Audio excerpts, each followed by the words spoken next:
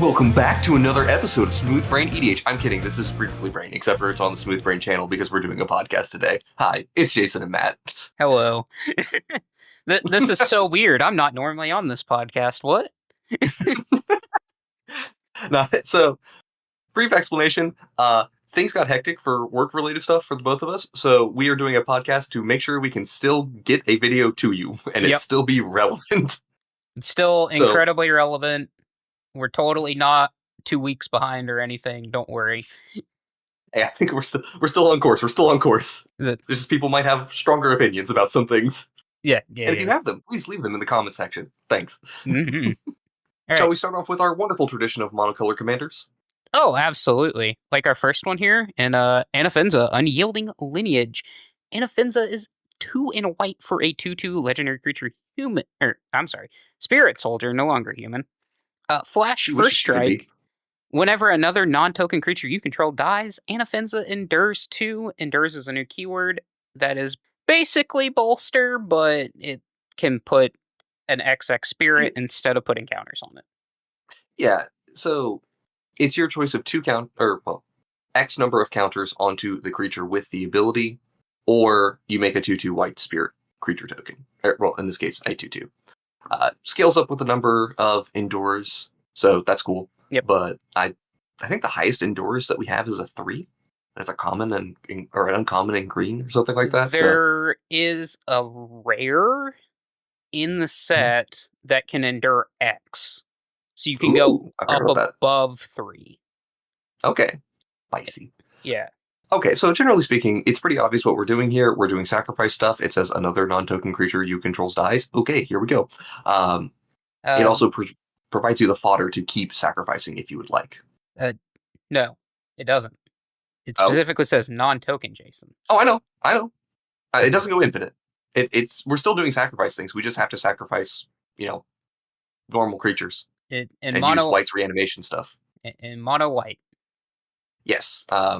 Well, we're kind of missing a color here. Yeah, this is where I'm going to go into a bit of a tangent about how most of the 2-color sacrifice decks are basically just mono black splashing a color. Mm-hmm. When you try to do a sacrifice deck where the primary color is anything but black, you are going to struggle quite a bit. Yep. Even though most of the good sack outlets are generally like colorless. It's just most of the effects that you care about for dying. But so here's the cool thing that we get, at least with doing this commander. 1, we have modality. This commander has flash, so we can do some things at instant speed. Not that I really think that with your mostly sacrifice style deck, you want to do anything other than play your commander on turn 3, but maybe you want to sack outlet down first, and that's fine. Yeah. And the other thing you get is, it doesn't seem like it at first, but I do feel like putting 2 counters onto her will matter quite a bit, because she has first strike. If you follow Wizards of the Coast development, and when they talk about limited in particular, first strike as a mechanic is so much better on the defense than it is on the offense, which is why they're so hesitant to give creatures first strike to begin with. So when you have a very quickly 4-power creature with first strike, that's a wall. You're really not getting through that easily. Yeah. Or at least you will be disincentivizing a lot of attacks towards you. So I do think this commander, maybe unintentionally, prolongs the game. Sure, I can see that. And also, experience in the limited format. Yeah, this card's a house. I think this is where we get into the big issues, right? Like, white doesn't have sack outlets. It has creatures that self-sacrifice. Yes. And then the other thing it has reanimation. Small creature reanimation, it can definitely do. It's not bad, but it's just... It kind of middles, and it will struggle a lot of the time to do something, I feel like, is what's going to end up happening. Yes. I'll also say, because you don't get aristocrat combo stuff, right? You're not really going infinite super easily here. I don't think you have a great way of just winning the game. Yes. Right? You don't just have the Blood Artist that a single Blood Artist kills them, and 3 Blood Artists means that you don't have to go infinite to do it. Yep. So, I think the issue here is low color support. And beyond that... You're not very flexible. You are kind of locked into what you're playing. You are locked in. You are definitely locked into playing aristocrats, but you are a little bit flexible in your play patterns just due to that flash component. Sure. And the choices between endure, or like between the counters versus the creature, which will actually be like a legitimate choice at times. Yep. But beyond that, it's like mono white good stuff that you don't mind dying. Which, I mean, if you know white's creature quality, there's quite a lot of that. Yeah, there's some stuff that you don't mind dying is also the hard part there. It's like a good card that I don't mind dying is hard to find unless it's like Enduring Innocence. Yeah, right? Like Enduring Innocence, Selfless Spirit. Overall rating, I think the commander's actually kind of fine. Like a 3 or a 4 for me because it's just it's held definitely back by the fact that it's mono white. Yeah, I think it's a 4, kind of pushing almost towards that 5 for me, but I think it's still 4. Mm-hmm. And I don't think that the optimized versus unoptimized rating really changes much. Like, I was not seeing anything that really impressed me. Like, sure, you're better at triggering your Takasius welcomes and you're welcoming vampires than normally, right? Like, that's fine, but I mean, we're mono white. We don't have an issue triggering those ever. Yeah, so that was not the issue to begin with. Yeah. At least you work well with Caretaker's Talent, for example. Like, this is going to be like a very inadvertent sacrifice deck while still being a very dedicated sacrifice deck. So how does this work when how does Endures work whenever Anafenza dies? So like say a board wipe happens, would you still be able to make 2/2s or? Yeah. Okay. Because it's the creature enduring, that's why I didn't know. Yeah, she sees the things die. Okay. So you get the choice of either putting the 2 counters on the creature that no longer is there, or you can make a 2/2. So you do have board wipe protection as well. That's kind of nice. That's kind of nice. But yeah, beyond that, I think we're good to just call her a 4. Call her a 4. Optimized 4. I mean, power, definitely, she is the strongest card in the deck.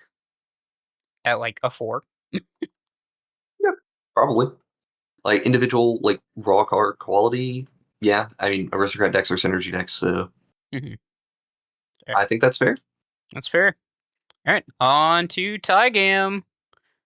This card's hot, Jason. This card is just extra hot. I just wanted to make sure that I'm not crazy for saying that this card is good. So yeah, no, this card is very, very good. Right, Taigam, Master Opportunist. 1 and a blue for a 2/2 legendary creature, human monk with Flurry. Whenever you cast your second spell each turn, copy it, then exile the spell that you cast with 4 time counters on it. If it doesn't have Suspend, it gains Suspend. And Suspend is the keyword of at the beginning of your upkeep, you remove time counter. If it has a time counter on it, remove it. And when you remove the last one, you cast it for free. If it's a creature, it gets haste. So, Jason, I remember back in the day when we had to pay 2 whole mana to give something Suspend for, and we had to play Izzet. Yes. You just have to cast a spell this time, which, to be fair, you both have to cast a spell and get multiple of it. Yeah. But that's not too bad, especially because there's quite a few things now that care about Suspend and time counters. Thank you, Doctor Who. Yep. You will never hear me say that again. Beyond that, the other thing is, so you put the token count, you make a token copy of the thing if it's a permanent. And it works with any spell. This is not just instants or sorceries. It's not just non-creature spells. You get creature copies as well. Yes. And the other big thing is Suspend. Once you do go through 4 turns of this, once you remove that last time counter and cast the spell, that's your first cast for the turn. Yes. If you have instants, you can cast something before it, cast that spell, and then immediately put it back on Suspend. Put it back on Suspend and copy it. Yeah. Mm-hmm. It is spicy what you can do with this.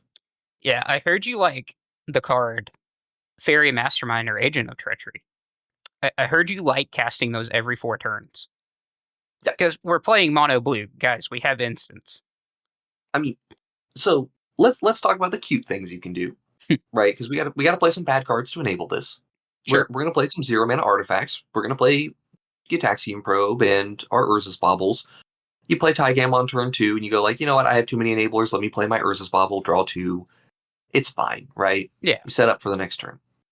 Or you play Taigam on turn 2, we get to turn 4, turn 5, depending on how much you need to ramp.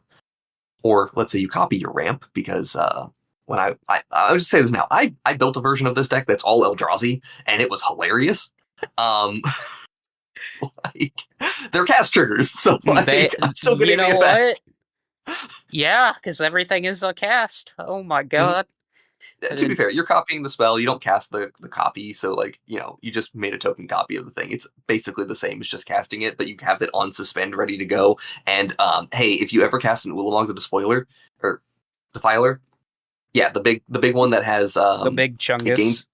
The one that gets counters equal to the highest mana value of something that's in exile for you, you just put your big Ulamog in suspend. That's 10 counters. Let's go. Let's fucking go. So you can do that, and then the like highest, most degenerate thing you can do, which I'm sure a lot of blue mages immediately went to, was extra turn spells. Oh, yeah, that's what I immediately went to when I saw this card. Just this is super easy, near infinite turns. We're casting our delve extra turn spell, Temporal Mastery, our fucking Nexus of Fate every 4 turns, which doesn't actually. Nexus. Like any of the ones that exile themselves, you just get to put them on suspend. They were going to exile anyway. Yep. So, like, what's the problem here? There isn't one. No notes. Good card is good. Like 6 or 7. There's a very.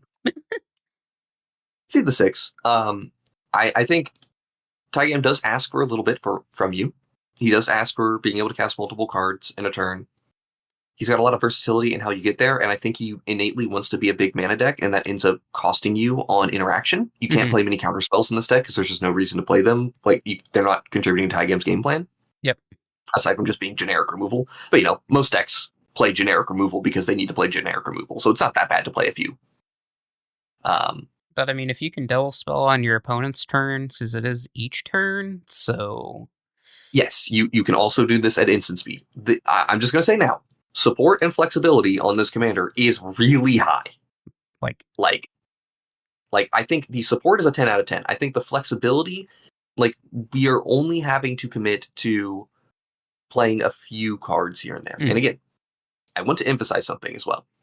Taigam's ability functionally does not matter until the game goes long. Which, you're playing mono blue, you're probably dragging the game out, because you don't kill people very easily. Yes, and this is why the extra turn spells in particular are so potent here. Yeah. Because they just help you keep moving these time bug... the time counter cards, they do exist, they're not great. So you still need a lot of things to go right. So I do think we're probably working with a 6-7 split, because I think the optimized deck... Honestly, the optimized deck maybe is an 8. Because, if you go hard on those extra turns, it's so good. Because you get your if you get your tutors in all of your extra turns, I can see it. And once you go that route, you can start doing things like just playing generic blue instants and sorceries win cons, for example. And that's why I'm saying the flexibility is so high. I think the flexibility is an 8 on this thing as well. Oh, absolutely. Absolutely. So yeah, I think 6 for normal rating, 8 for optimized, 10 for the support, 8 for the flexibility, 6 for the power for Taigam itself. Yep. Just makes good card better. Like we said, no notes, good card, good. Let's be real here.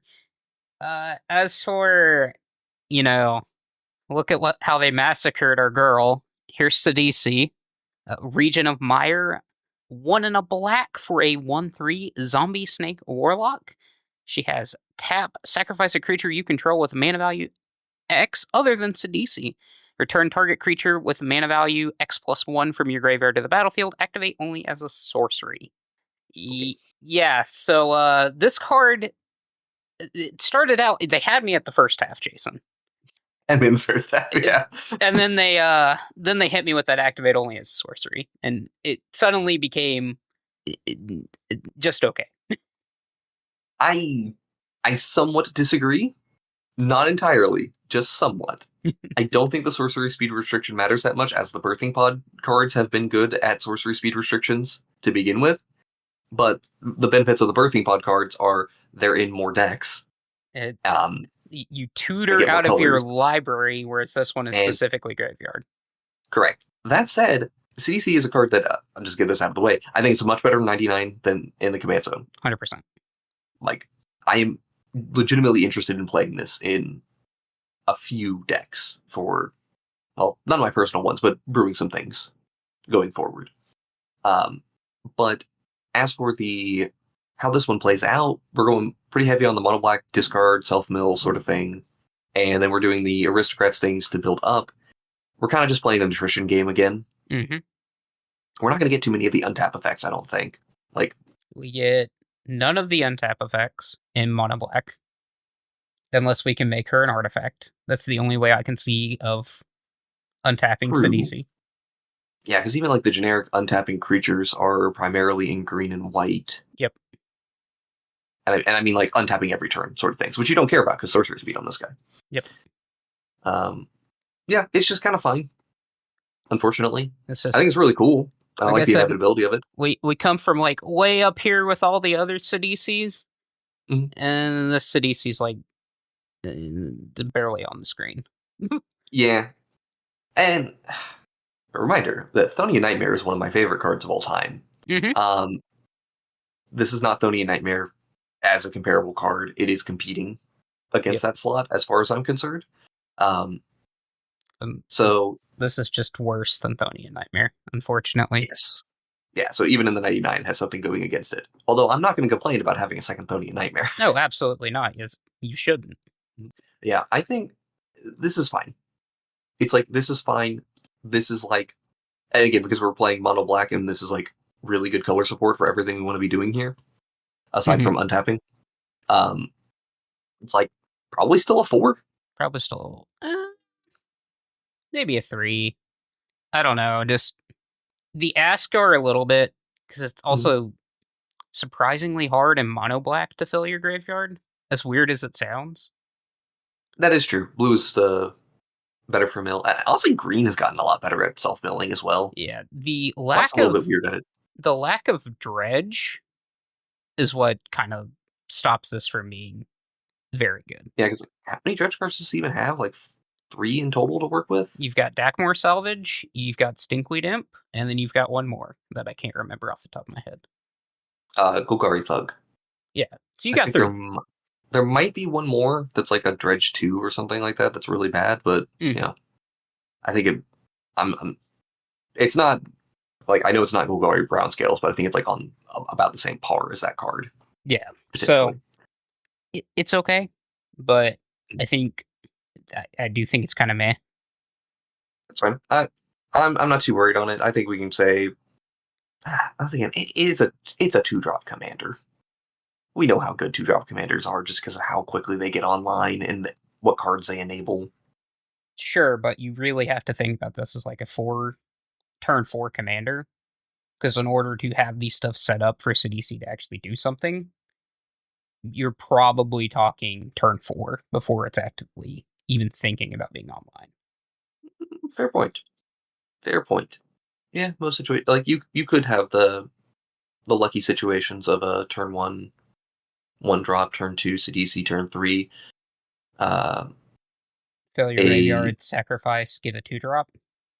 Yeah, or I'm thinking Woe Strider, for example, where you can sacrifice your Stitcher Supplier on turn 1 and it made a token so you can get back the Stitcher Supplier right away, and that's a really high rolly thing. Relevant but high rolly. Yeah. Okay. Yeah, I'll give you that. I think it's got potential, but yeah, it's a little narrow for even for other sacrifice decks. All right, Jason. Sarkhan, Dragon Ascendant, 1 and a red for a legendary creature, human, druid. When Sarkhan enters, you may behold a dragon. If you do, create a treasure token. Whenever a dragon you control enters, put a 1/1 counter on Sarkhan. Until end of turn, Sarkhan becomes a dragon in addition to its other types and gains flying. And for what it's worth, since behold is a new keyword, to behold something, you either choose one that you have in play or reveal one from your hand. So in this case, behold a dragon. You literally can point at a dragon that you have in play and go, look, dragon. Dragon. It's beheld. Can we get the snarls to get updated and have behold on them? That way behold, they can that way they can be infinitely better than they are. Honestly, that would make them a lot better because it means you just get to have one in play. But yeah, they're the new check lands. So, anyways, we're gonna put the proper art on screen here. That's fair. That do be good art, though. All right, so Sarkhan, my boy, you do next to nothing. Yep. I don't know what to tell you. This is really just like a turn 2 ramp piece that taps. Like if you told me my commander is a mana dork that comes into play and taps for 1 mana, that is about what this Sarkhan does. Yeah. Except worse. But better because it also attacks. But worse. But infinitely worse because you're playing mono red. Yes, we are severely limited, and this is going to be one of those rare instances where I reminded myself now there is a partner commander that is literally just a mana dork. Yep. It is just a 2 mana dork in green. It so is we're in what it way is. better color to work with. Where are you at, my friend? No, you're the other one. I guess that's close enough. Actually, maybe I'm wrong about that. Maybe just the 3 mana one that I'm thinking of that only cares about like casting 3 mana spells, but in green. So like that's still good. Yeah, who cares? Yeah. So like either way, like that's just good.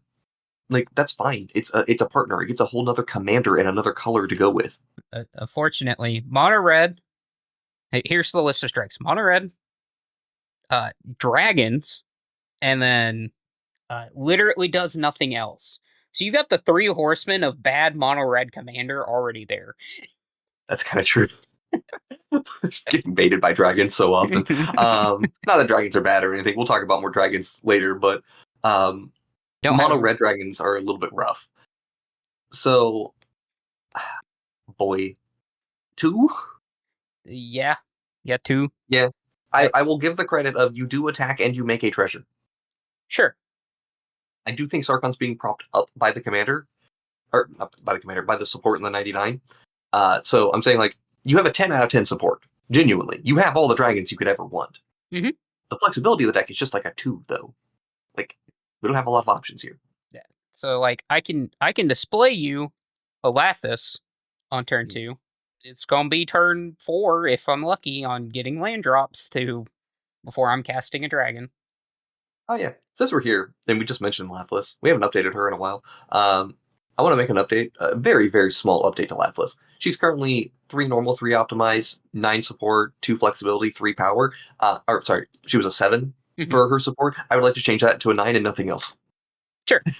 You got. Yep. No notes. Now back to Sarkhan here. Yeah, there's really not a whole lot more to say.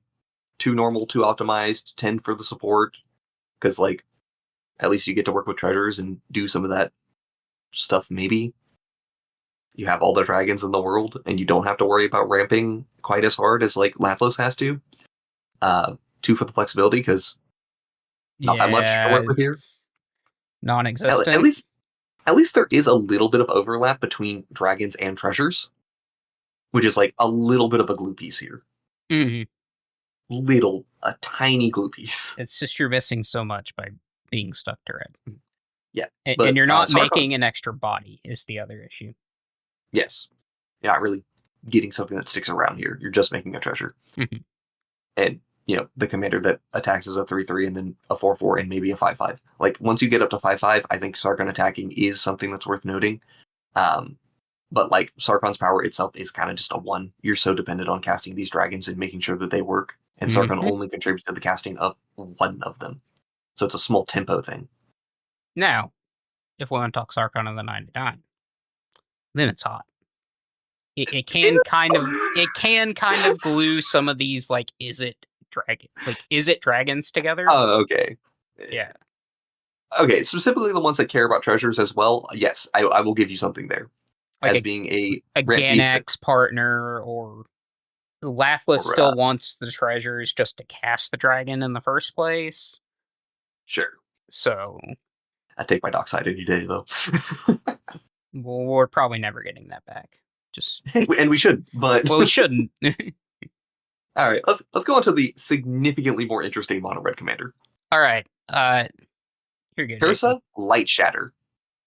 2 and a red for a 3/3 legendary creature orc wizard with haste. Whenever Tersa enters the battlefield, discard up to 2 cards, then draw that many cards.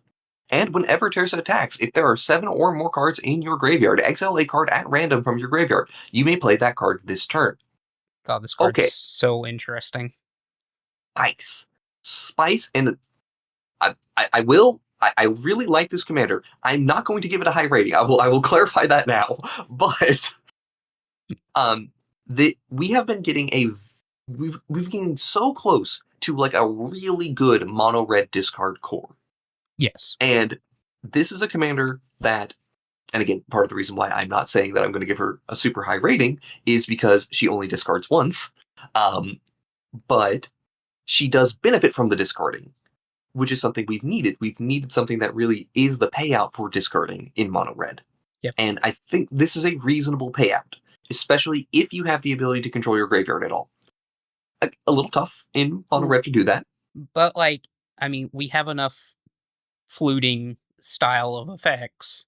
It's actually not that hard. No, there's so much just random discard and such that you can do in mono red.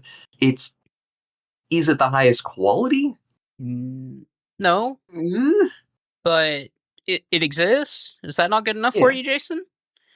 It existing is honestly close to being good enough. I'm not joking. So I think it's doing something. I do think Inti is probably a little bit better for a 1-for-1 comparison for the time being. And I have been coming off of a high on Inti a little bit. I am recognizing more of the weaknesses of Inti as I keep seeing it. But I still think Tersa is doing good. I think this card's good. Like, just flat out, I think the card at a baseline is good.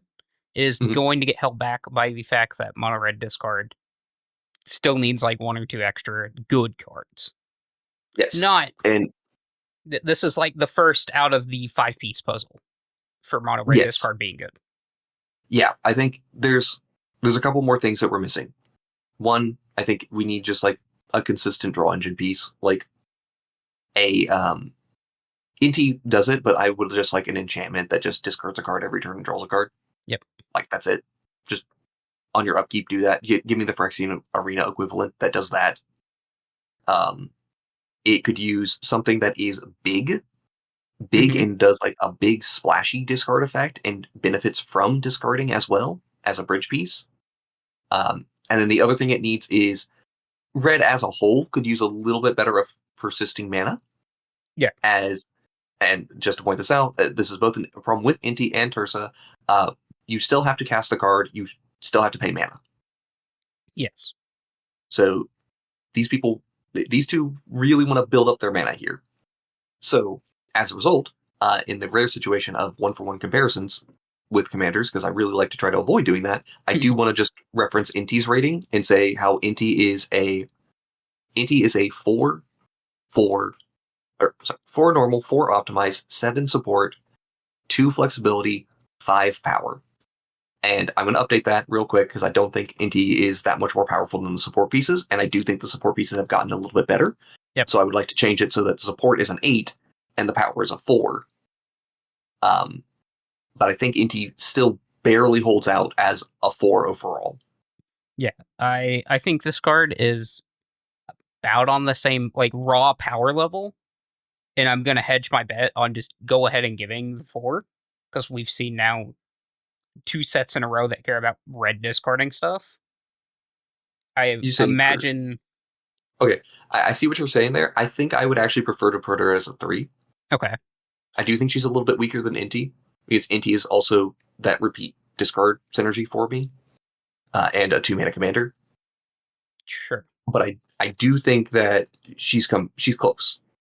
I want to hedge my bets, just based on what we've seen for Final Fantasy. There is at least, Mardu wants to discard cards and reanimate stuff. That's true. We're seeing. I'm seeing the vision. Yeah. So. Yeah, I mean, we just came from a set where we had the Mako and Monument to Endurance. Yeah. Boy, Monument to Endurance. That card, that is a Magic the Gathering card of all time. I do still think we are for mono red specifically. I don't know if that gets fixed by one set, but I do think the multicolor discard decks, which is something that I do want to see a little bit more of, are going to get better with the next set. Yep. But for now, can we agree on 3 for the time being? Yeah, we can agree on 3 for the time being. Excellent. Let's go to a card that's not good. Oh, yeah. Yeah, Surrak here, Elusive Hunter. 2 and a green for a legendary creature, Human Warrior. This spell can't be countered. Trample. Whenever a creature you control or a creature spell becomes the target of a spell or ability an opponent controls, draw a card. It's a 4/3 for 3. Yeah, it actively doesn't do anything. It maybe draws you 2 cards, and that's it. Yeah. So this is one of those situations where Surrak is only as good as the cards in your deck. Mm-hmm. He is not a commander that you should try to Voltron. Yep. He's not going to give you the support for that. You can do a whole lot of things with him, right? Like you can do bone counters. You can play a whole bunch of different creature strategies. He's just a generic support piece. This is effectively a... I'm forgetting the name of the enchantment, but there's like a 1-mana enchantment that does this. But you name like a creature type or something. There is also a morph card, Battle Mammoth, that does the exact same effect. And Battle Mammoth essentially sees no play. True. Yeah, Battle Mammoth is not particularly good. So, like, I'm not seeing... there it goes. Shaper's Sanctuary. Whenever a creature you control becomes a target of a spell or ability opponents control, you may draw a card. Okay. Literally the same effect, except for the only thing Surrak is adding here is if your creature spell gets targeted. So if someone tries to counter it. Sure. There are a total of 3 creature spells that people will counter, and 95% of the time you're actually just finding those anyways with a Finale of Devastation or... Yeah, this is... It's just a kind of generic green creature stompy thing with a, like, okay commander that's not actually providing you that much. It legitimately, Surrak maybe draws you 2 cards in the game, and that is what your commander has done. Yep. I don't even think it really applies the pressure to force too many things to happen. Nope. I don't think it does either. So, like, sure, high flexibility. Sure. Like, play whatever creatures you want, but the commander itself is like a 2. A 2. 2 normal, 2 optimized. That's the best I got for you. It's if anything, the optimized rating gets worse because, like, as your opponents are getting better, like, yeah, what is Surrak offering in that situation? Unless you, like, you can't Thoracle combo here, like, you know. No, you can't Thoracle combo mono green. You can't even Bro Storm combo. Like, you just don't. Yeah, card sucks. Just for the purpose of podcasting, normal rating 2, optimized is a 2, support is 10, the flexibility is a 6, and then the power is a 2. This is basically the same rating that we gave Sarkhan Goreclaw. And yeah. Sarkhan Goreclaw at least kills people. Yeah. All right. No notes. No notes beyond that. All right. But now we get to do the fun stuff. Underrated commander in the set. Honestly, yeah, no, that's probably true. We'll talk about it. Neriv, Crackling Vanguard, 2 and Mardu, that is a red, white, black, for a legendary creature spirit dragon with flying death touch. Neriv is a 4/4. Whenever Neriv enters, create 2 1/1 red goblin creature tokens. Whenever Neriv attacks, exile a number of cards from the top of your library equal to the number of differently named tokens you control. During any turn you attack with a commander, you may play those cards. So this would be bad if it wasn't for the fact that it is piss easy to make differently named tokens. Yes. So talking about Gamble for a second, right? That guy who wanted us to make a whole bunch of differently named tokens in Temur. Yep. Temur can make a variety of tokens, particularly once you get into the idea of copying things, but it doesn't just make differently named tokens at base. Also, whereas White just makes a million different types of tokens. Yep. And then the other thing is, Gimbal makes you a dude. Dudes are not that crazy. This draws you cards. Yes. Like, there is a huge difference between making a dude and drawing cards. And so, also, just like Mardu, Punchy, and stuff like that. Yes, okay, so there's some weaknesses to this commander. 5 mana starting point. Okay, not the best. Then again, it does want to get set up with different numbers of tokens for it to swing with anyway, so like that's not the worst. You have to pay your mana costs on those spells, but they're safe. They are safe in exile. Yep. They are just sitting there to be used at any point. Yep. And we don't have haste. That is not actually that big of an issue. We're in Mardu. We get haste. Your Boros base, you get haste. Yeah. Like, so this is really not that hard to do. No. I will say also there's one weakness to this, and I may have to double check my gatherer text if it exists at the moment. It might not, honestly. Yeah, it doesn't exist currently. It is tracking the names. If you have a 2/1 black warrior and a 1/1 white warrior, those are the same name. Yes. They're just different. They have different stat lines, but it's the same name. And that is a noteworthy weakness. But if you have a soldier and a human soldier, because those are two separately named tokens. Yes. That counts. Yeah, like just to quickly name some 1/1 tokens or just some general tokens you're going to have in a deck like this, you're going to have 1/1 human, 1/1 human soldier, 1/1 soldier, 1/1 warrior. 4 different types of like 1/1 warriors, but you're going to have goblins. Just generic 1/1 goblins.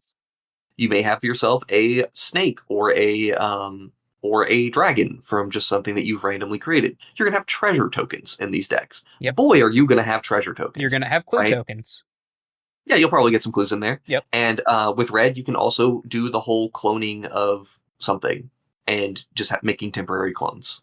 You can technically clone Neriv to give it haste, and then attack with it, and it doesn't work. Well, no, it's still exiles. It's still exiles. Still exiles, but you haven't attacked with your commander. Yeah. You have attacked with a token copy of it. That's the condition there. Oh yeah, Thopters. I forgot about Thopters. Thopters, like servos. You can make servos out the wazoo too, with red. Mm-hmm. Like, no, the conditions here are really easy. Really, I think really easy. I think this is very easily attacking and basically drawing 3 cards a turn. Yeah. On your Mardu commander. Yep. So, good. Very good. Yeah. The sweet spot's 4. I mean, it is not hard to get 4 differently named tokens, so baseline, you're probably drawing 3. More than likely, you're drawing 4. Also, I sincerely appreciate that they have made a dedicated Mardu tokens commander. We've had a couple that are like, yeah, you can do token stuff, but this is like actual tokens, which is something that Mardu has been. Thank you. That's like one of the small niches that Mardu needed filled. Thank you, Watsy. So, as a whole, though, I'll be honest with you, I don't think this is much better than average. Like, it's maybe a 6. It's a 6, but like people are saying this card's bad. I've seen multiple statements so like online of this card being bad. I'm like, guys, this card's good. I don't see it. Yeah. There's also one other thing that's like, and this is like a super minor thing. I don't expect people to do it, but anytime a commander enters the battlefield and makes 2 tokens, immediately that is noteworthy for me that Astronaut's Altar and Nim Death Mantle goes infinite. Yes. So just so you're aware, you can put in a 3-card combo with Neriv very easily. Yeah. And since we're in Mardu, the ability to get haste is very easy. There's an option there. Again, I don't expect people to do that though. I think that may pull you too far in a direction that's not great. But we also didn't even talk about how the fact that we can just use these tokens as aristocrat fodder and like that's perfectly reasonable. Like we have good flexibility here. 100%. So I'm gonna say 10 out of 10 on that support. Easy call there. Power, I'm gonna give it a 6. Or is that a normal rating or it's individual card? It's individual card. I'm gonna give it a 6. Attacks, makes 4, draws 4 cards, makes 2 tokens on entering. And is a pretty decent attacker as Flying Death Touch 4/4.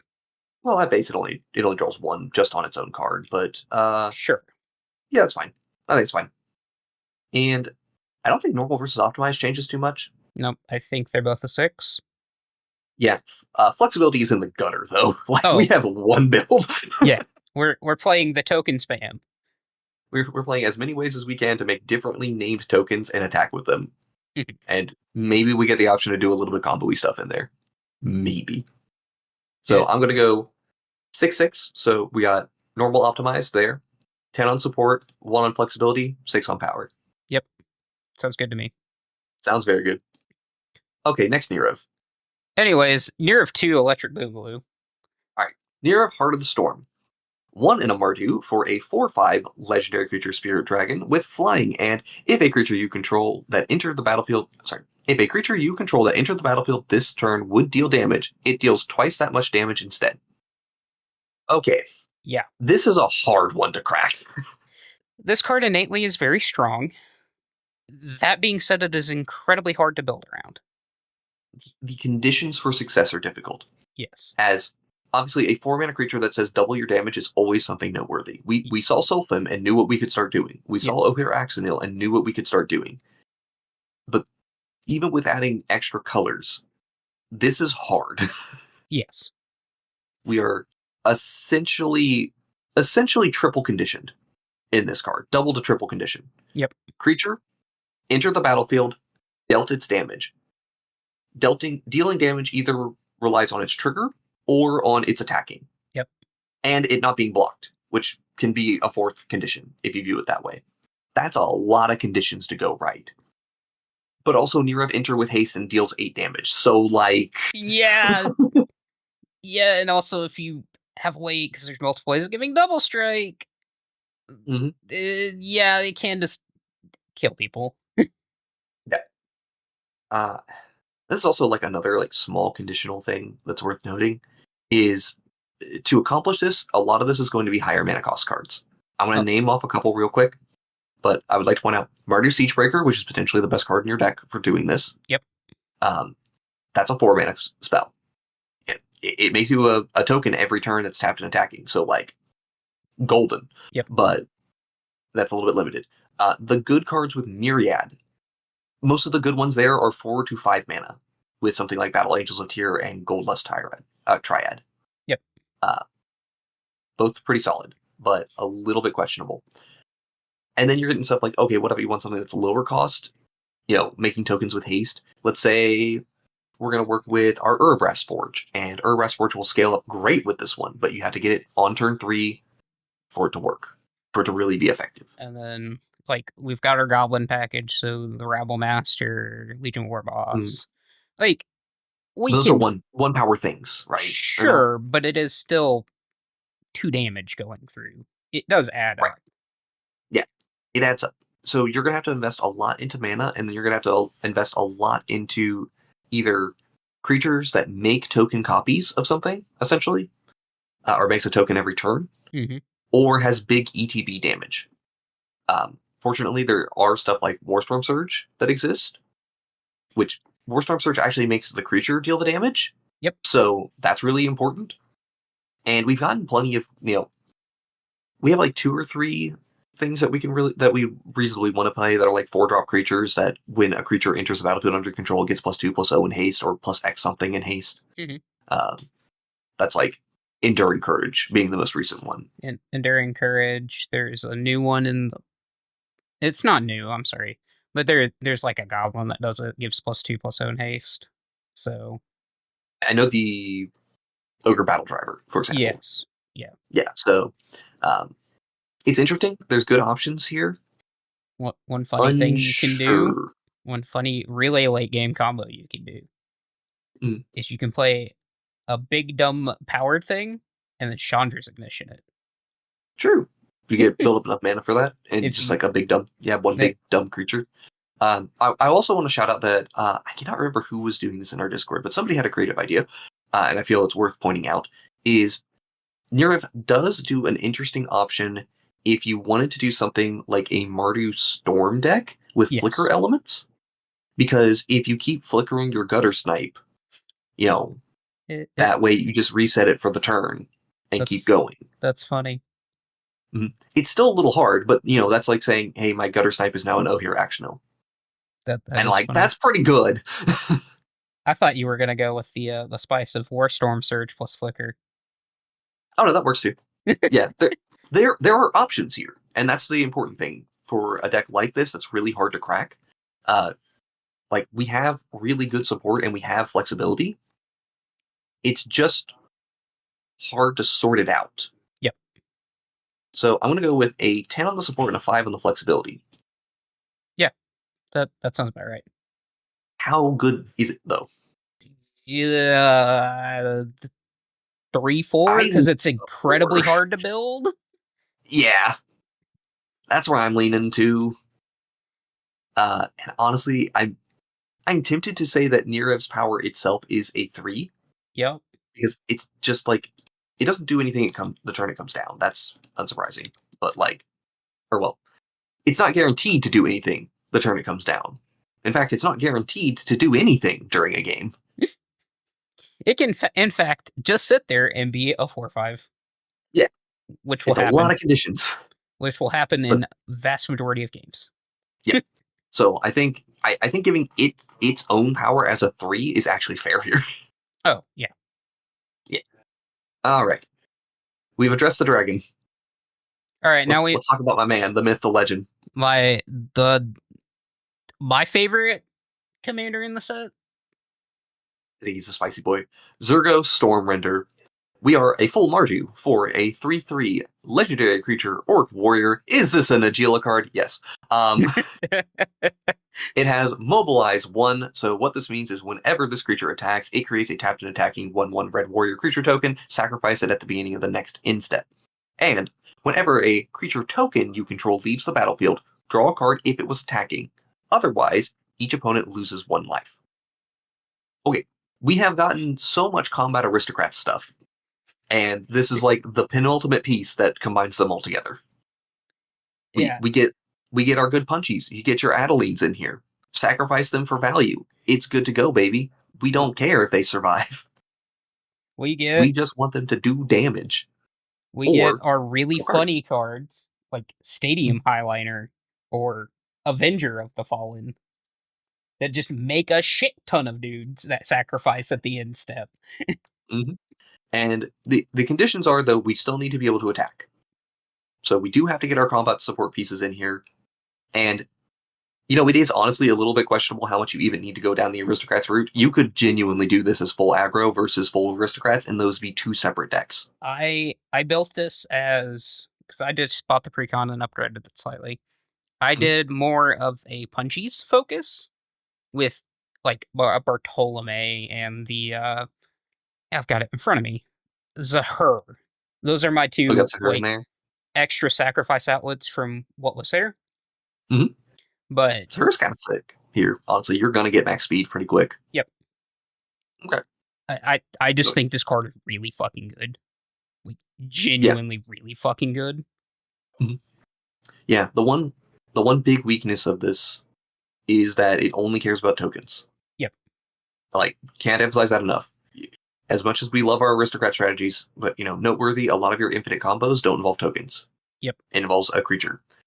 Or if it does involve a token, it's like, as brought up previously, it's something like where you're using Nim Deathmantle. So that you're making a token, but you're also making a non-token. And you kind of want a little bit of overlap between that. So I do think there are weaknesses to this Zurgo. But he's a spicy boy. He's just gonna kill people, is the thing. This deck is actively going to kill somebody. Mm-hmm. Yeah, when things are going right, there will be a legitimate question as to whether or not you want to sacrifice tokens during combat to draw cards, or if you just want to dome people for 7. Yep. And I'll be real with you, Chief. Doming people for 7 is probably the right choice, and more times you'd think. and then okay, stuff's going wrong. We're still probably making 4 tokens every turn that are attacking and sacrificing.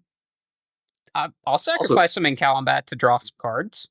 Also, go talking about something in the precon. Right, this one isn't the precon, right? Yeah, it's a precon card. Within range. Yep. That enchantment. Yep. I just want to read that off real quick for this type of deck.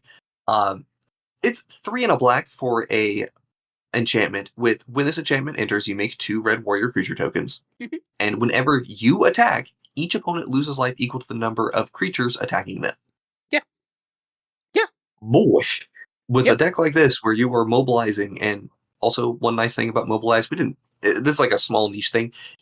It brings the creature in tapped and attacking. It doesn't specify with it, so you can attack a different opponent if you need to with mobilize. It's one of those small conditions that does come up for as a Najeela player. That comes up a lot. It comes up a lot for Najeela. It surprisingly comes up a lot for a lot of Mardu, like math, punching math. So yeah, that's just one of those small flexibility things that is really helpful. And another small note: this set has given Mardu a lot of Death Touch. And Death Touch tokens attack really well. True. Yeah, I wasn't thinking about Death Touch. Yeah, how that affects combat math. Yeah. Is also worth noting, and because this will be relevant, you're probably going to make plenty of persisting tokens. You are still somewhat vulnerable to board wipes. Sure. Yeah, that kind of stinks, but at least with your aristocrats element here, like the number of tokens that die, say 5 tokens die on a board wipe, you're dumbing each opponent for 5 as a result. So, and we are in Mardu, we can pump out creatures. Oh yeah, we will shit out creatures. It's not even pumping out like. Yep. So, how good? 7? 7, 8, somewhere in that range. I'm gonna stick on the 8. I'm gonna stick on the 7 just to be safe, but I could see it. I can see a world where it just is absurd.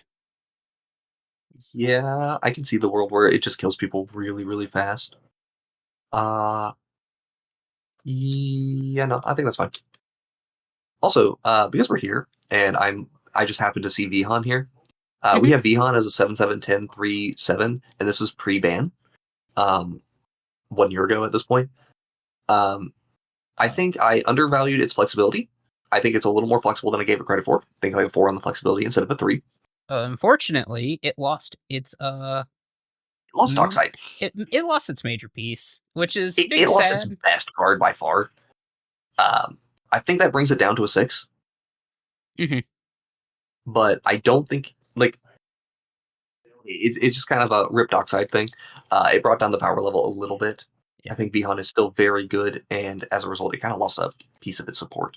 So Vihan and like half a CDH, where it's like, okay, it's kind of sad that Dockside died. Anyways, still deserved it. It still absolutely deserved it. But anyways, in general, I think Commander's just better overall. Yeah, Commander as a format is better without Dockside. Yeah, but all right, other Zurgo. Bobbing. The Thunder's Decree. Bada boom. Mardu for a 2/4. Legendary creature, Orca Warrior with Mobilize 2 this time. During your in-step warrior tokens you control have, this token can't be sacrificed. Specifically caring about the Mobilize mechanic and other ways of making warrior tokens. I'll be real with you, Chief. This is not good. No. This one is this is a 3-mana commander that says I tap and attack and make 2 tokens. Oh, and then the best part is you can't even put this in the other Zurgo deck because it literally turns off your commander. Yeah. Yep. Just generally can't be sacrificed, yeah. Yeah. Well, I mean, only during the in-step. Only when that trigger would come up. It still works during your main phase and other players' turns and stuff like that. But so, I still like doming people for 5 instead. I mean, you can't sacrifice. Yeah, you can't. Well, you can still sacrifice in combat and draw 5 if you need to or something like that. So it's fine still. But it requires me to have a sack outlet then instead of my commanders doming people for 5 every turn. Yeah, that's fair. I mean, it's mobilize.deck, isn't it? Yep. I think Mobilize is a very good mechanic. It makes dudes really well. That being said, your dudes are all 1/1s. Don't get buffed up super easily. And there's no other payoff here that can possibly make this card absurdly good. Because we're missing, we're missing that nice 2 extra colors to throw Najeela in our deck, and then this card becomes cracked, but... I mean, even then, like, I don't care that much about a lot of the mobilized cards. There are some very good ones, do not get me wrong. Like, Voice of Victory is, your new best friend. But there's not really that many cards with mobilize on them that I care about. Yeah. Like, I am not the type of player who's going to play, for example, Avenger of the Fallen. It's a 3-mana 2/4 with Death Touch and Mobilize X, where X is the number of creatures in your graveyard. Right? Like, that potentially is very good, but that's not this deck. Right? Yeah, I'm not playing it in this deck. I will play it in other decks, but not here. So, overall, I'm not interested in playing what is almost like parasitic in a sense with Mobilize. It's not bad, but it's just not great. So I'm going to go ahead and say that as just an aggro commander, though, it's still like a 3. Like it is still. It's going to punch really well. Yeah. It's just going to be kind of average. Yep, and that's fine. It is what it is. 3/3 split. Yep, and I would honestly say most of it's coming from just having a commander that has mobilize in the command zone. I don't think the support spells that have mobilize on them are that good, so it's fine. However, you have one build. Yep, you have exactly one build. You're very parasitic. Yeah, you don't have a lot of options. The only thing I will add in here is that Warrior Typal is not the worst. Yeah, you can play Warrior Kindred stuff, and it works just fine. You just, as was mentioned, it doesn't pump up that well. You're kind of relying on either the generic mono white cards, or you're relying on the less good lords that Warriors have. Warriors just have generally solid cards. That's their benefit. Yep. I don't understand how people were saying that this one is more interesting than the other Zurgo in our Discord. No clue. I don't see it. I don't see it. This card's just boring. It's parasitic. It's just fine. It's okay. Like, by comparison, Caesar does a lot more, and it's more interesting. Yep. But, say Livy. All right. Eshki number 1. Yes. Eshki Dragonclaw, 1 a Temur. So that is a green, a blue, and a red for a 4/4 legendary creature human warrior with Vigilance, Trample, Ward 1. And at the beginning of combat on your turn, if you have cast both a creature spell and a non-creature spell this turn, draw a card and put 2 1/1 counters onto Eshki. Or Eshki. Yeah. It's It's okay. I think it's kind of neat how it plays with like adventures. If you get a lot of mana. Mm-hmm. And I don't think it's like terribly difficult to cast both a creature and non-creature in your turn. You can line that up for just generic value town stuff. But like more cute than good. It is not doing much. Yeah.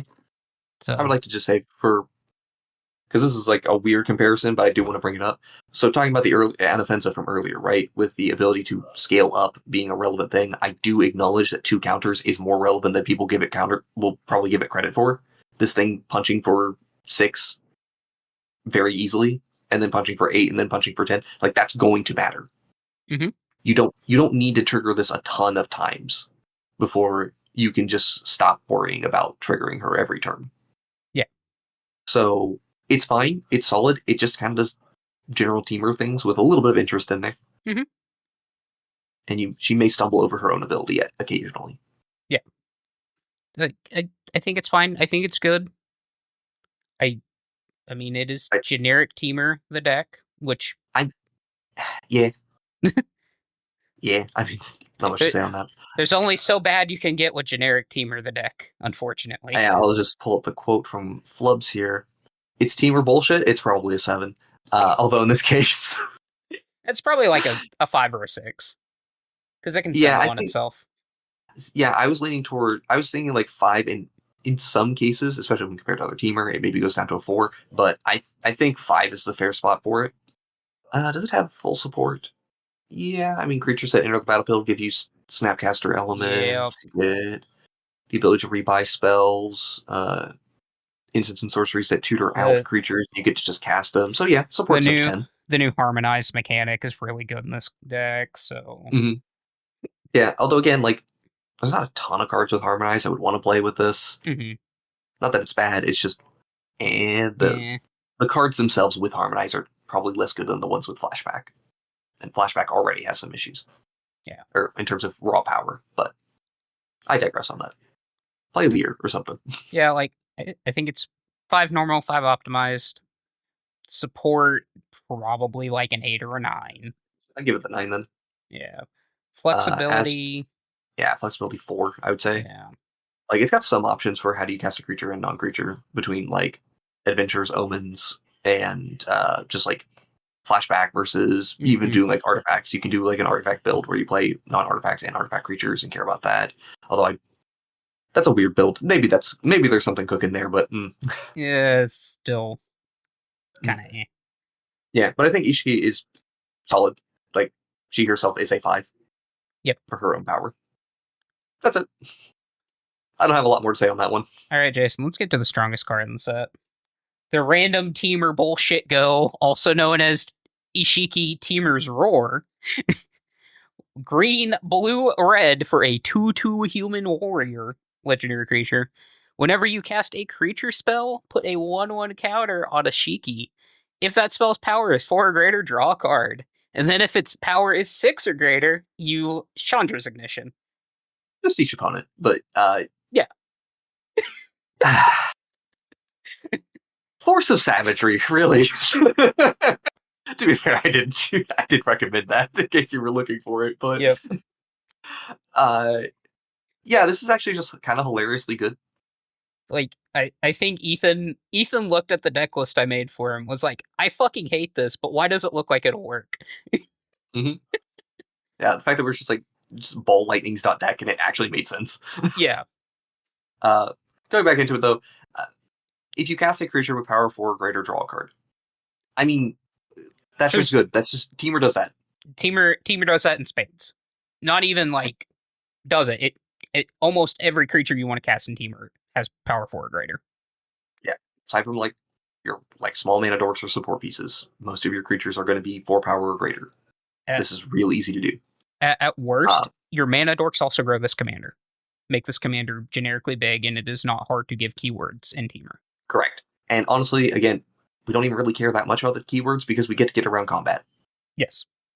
If you are the type of Temur player, and I know you're out there, who refuses to attack for whatever reason, your board state's amazing, but you're just like, I don't want to make any enemies, I don't want to do anything. Just play your Eshki and just dome everyone. When you're ready, you've done all your ramping, you've made a huge commander, and then you just dome them for 20 because you cast 2 spells.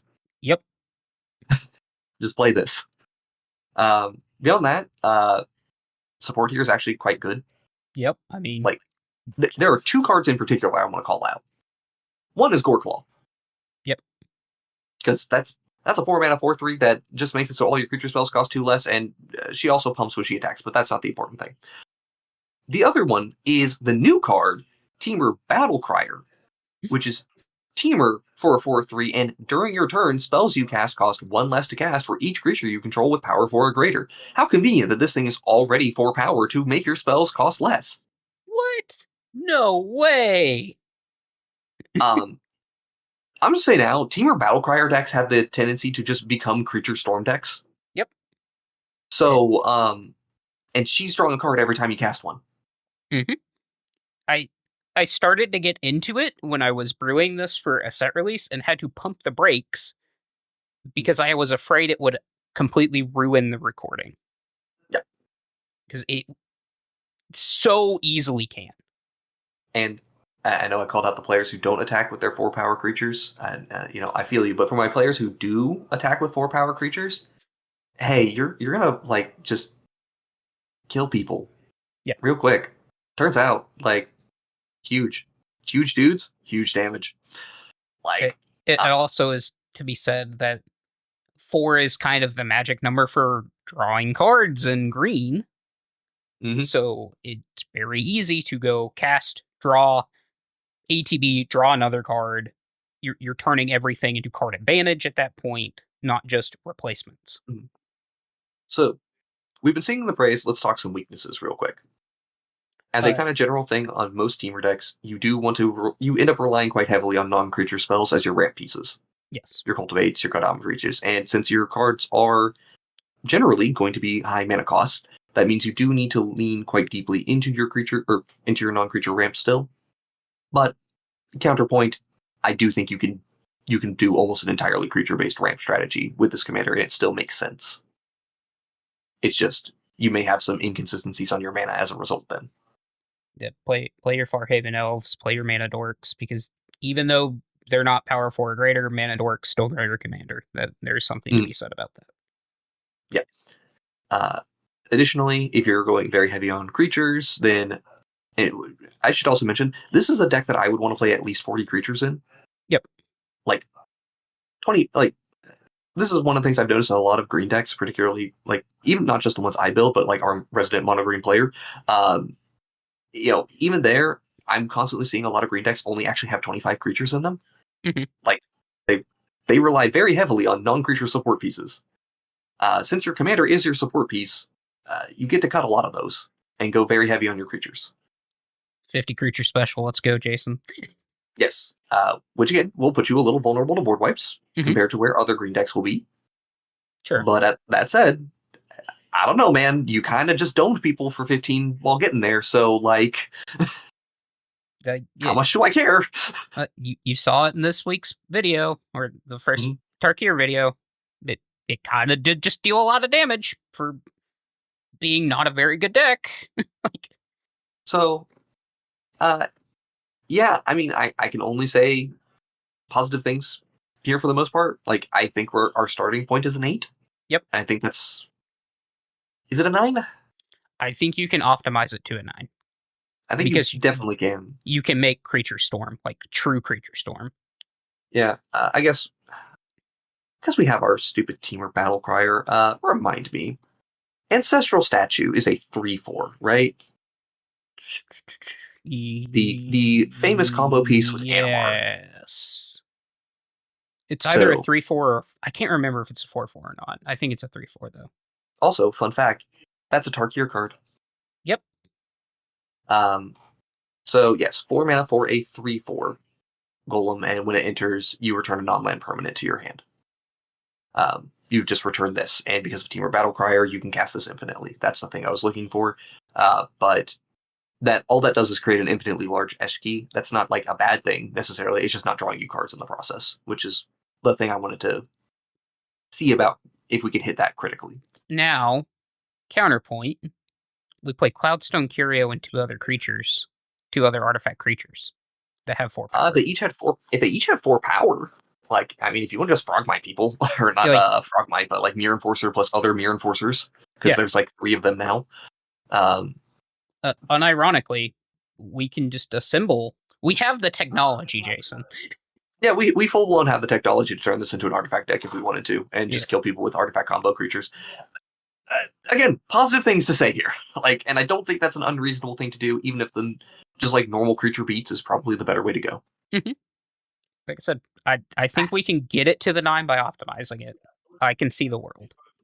You can almost see it to a 10 on the optimized, but I think we will pump the brakes a little bit here. I'm not putting this at a CDH table, so I'm not going to give it the 10. I mean, again, CDH kind of a separate consideration for things. Sure, but I could see. If I built a combo version of this deck, I probably would not feel ashamed to bring it to a CDH table, even if it was on the lower side of things. Mm-hmm. I think it's quite good, and the flexibility is not super high. But all right, here's my preliminary ranking here. Let me know if you agree or disagree. Yep.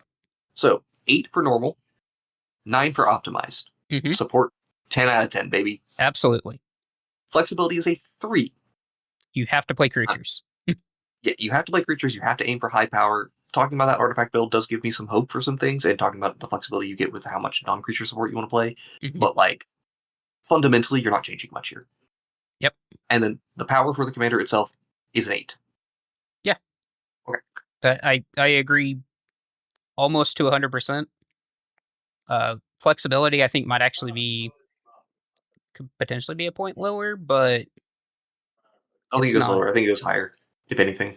Yeah. Just because you are locked into what creatures you are wanting to play. But yeah, there's a wide range of 4 power creatures you can pick from. So sure. All right. I think that covers both of our Eshkis. Let me read off our Ureni the Unwritten. So this is the commander deck one. Yep. Yeah. So this is 4 and a Temur for a 7/7 legendary creature spirit dragon with flying and trample. We love our flample. And whenever Ureni enters or attacks, look at the top 8 cards of your library. You may put a dragon card from among them onto the battlefield. Put the rest on the bottom of your library in a random order. Hey, Gishath, is that you? Yeah. I was gonna say, like, hey, I hear you, like, dig through time and see the truth. Like, I mean, this is just like, or see the Unwritten, was it? Like, are good. It's just generically good. Temur Dragons is a solid color combination to be in. And I want to quote my conversation with Jason. This card is just on Gishath's level or better, right? Because dragons are just better than dinosaurs. Yeah, it's about on par with it. It potentially even higher because blue is generally a better color than white is for this sort of thing. So, yeah, I mean, you know what? I'm gonna do it. I'm gonna do it again. I try to avoid it, but let me see where we at on Gishath again. Yep. So our good old friendly neighborhood Gishath is currently listed as a 5. And honestly, I think that's pretty fair for Gishath because it's got more stipulations than this one does. This one, Gishath has to actually hit somebody. Yeah. This one just has to exist. Mm-hmm. Dragons are better. Blue's a better color. 7 mana, big guy. Still a little awkward. Can potentially assemble. Can also potentially miss, which we have seen with Gishath before. But I think you're less likely to miss with this than you are with Gishath. We're also only getting one thing. Sure, but my one thing is probably better than the 5 things Gishath's getting. Yeah, exactly. So, it feels like an easy start at 6, and I think probably stays a 6. Oh, yeah. I think it's above average for sure. It do just be dragons, though. It do just be dragons, but damn if I was to say that Temur Dragons isn't actually pretty good. For ye old listeners, that's a 6 normal, 6 optimized. I'm going to go with a 10 out of 10 on support, 2 on that flexibility, and a 6 for the power of Ureni itself. Yep. Sounds good to me. Just let's go to the next Ureni. Anyways, next Ureni. The song Unending. 5 and Temur for a 10/10 legendary creature Spirit Dragon. Flying pro white, pro black. Whenever your Ureni enters, it deals X damage divided as you choose among any number of target creatures and or planeswalkers your opponents control, where X is the number of lands you control. Okay. It's a control top-end piece. This card is very good and constructed. It is strictly okay in Commander. Yes. It's interesting. I would say now we didn't rate original Atarka too highly. Or, well, Dragon Lord Atarka, I should say, who did 5 damage and was like 7 mana for an 8/8, right? In 2 colors instead of 3. Obviously, this is better than that Atarka. Just even though it costs 1 more mana, you get blue, which worth. Blue, it has pro white, pro black, which is surprisingly every instance of removal ever that people are actually playing. At least every instance of removal I play. God damn it. Well, let's be real here. Black is my bane of my existence. The only ones you actually care about at that point are Baby Rift and Pongify / Rapid Hype. And you do have to worry about Blasphemous Act, but you're actually pretty close to not needing to care about Blasphemous Act. Yeah, you're at the point where it's like, okay, Blasphemous Act, cool. Mm-hmm. Anyways, nice rebuild, sucker. Play it again. Yeah, and this is an important little bit of play pattern for Ureni that I think is pretty critical to point out, is that Ureni's going to come down, you're going to pick off all the things that you are concerned about, and then you're going to leave things that you don't care about. Yep. Your opponents will want to retaliate against you, and you say, okay, are you beating 10/10 of stats and or pro white, pro black? Yep. If the answer is no to either of those questions, you're not getting hit. And then it's not unreasonable in Temur colors to then give 1 power and then double your power and toughness and kill someone. It is also not unreasonable to make clones and or flicker this thing to be the true control piece. Yes. You can play Temur control with this. Yep. Full-blown Temur control. You still got to rely heavily on ramp because you are trying to get to your 8 mana commander. Yep. You can just play a land strategy because, this cares about the number of lands. Who would have thought? That's pretty good. Pretty solid.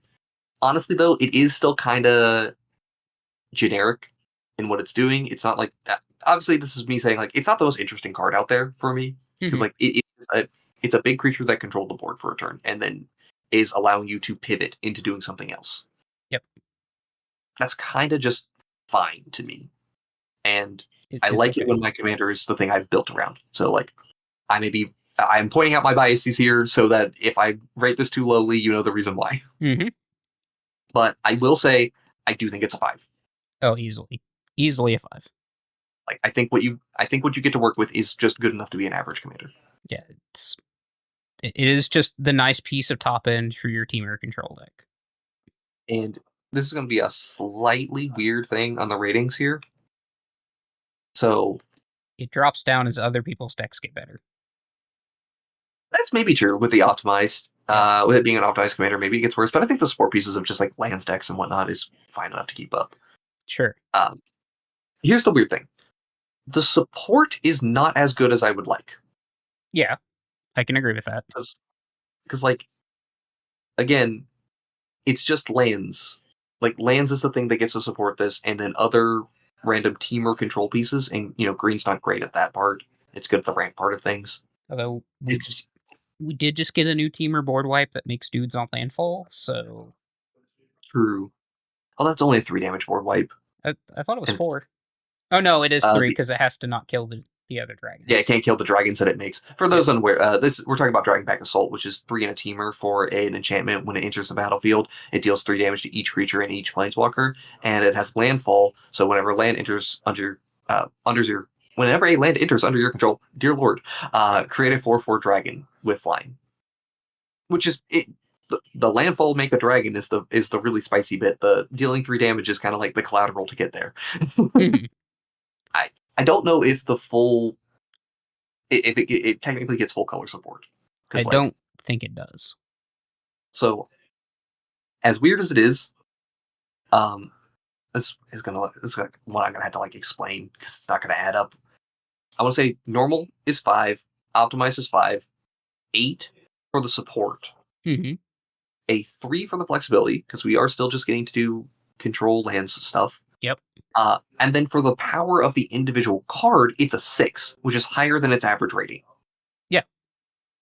I know that's going to confuse people when they see it, but it's kind of hard to explain. Card good, but card whole strategy still iffy, brings down a little bit. Yeah, the strategy's so shaky and so vulnerable to just getting blown out. Mm-hmm. Keep that in mind. You can just get blown out very easily. You can also just never cast your commander. At 8 mana, it is very possible that you never cast your commander. I've been there. Yep. So it's a little bit of a weird one, but I think that's a fair score for it. All right, Absent time. Hey, Jason, look, Abzan Dragon. Guys, we got an Abzan commander. Oh my god! Seriously, I cannot emphasize this enough because we were joking about this before recording. Serious congratulations to Abzan for finally hitting 20 commanders. You have 23 commanders in total. By the way, Sultai, how does it feel to have 33 commanders? They have more than 50% of them. Anyways, Betor Ancestor's Voice. This is the Precon Lieutenant / Extra Commander, because there's not really lieutenants in this Precon cycle. 2 white, black, green for a 3/5 legendary creature Spirit Dragon with flying and lifelink.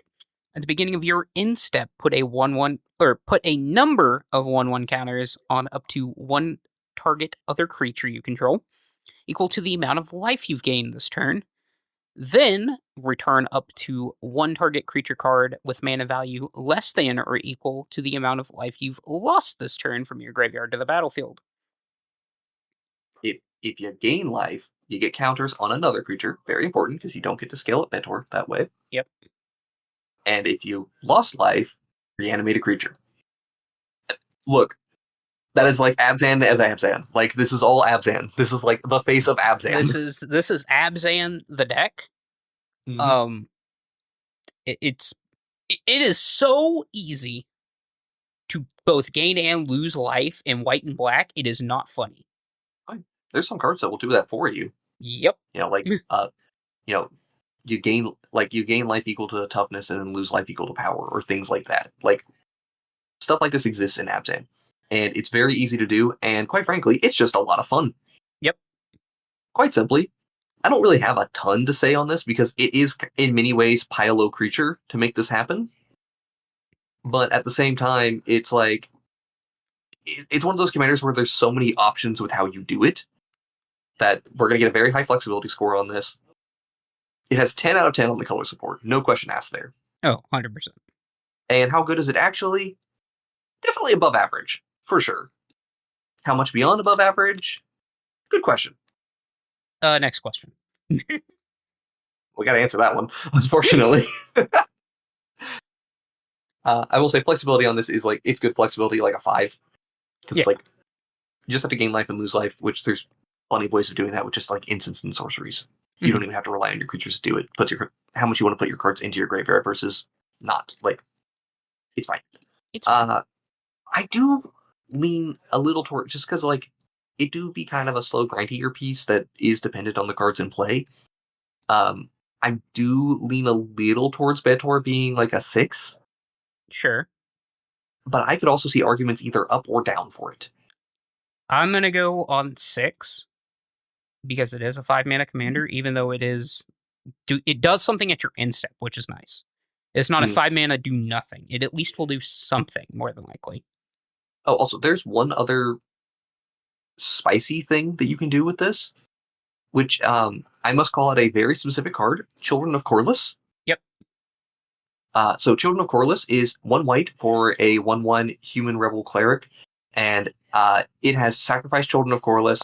You gain life equal to the amount of life you've lost this turn.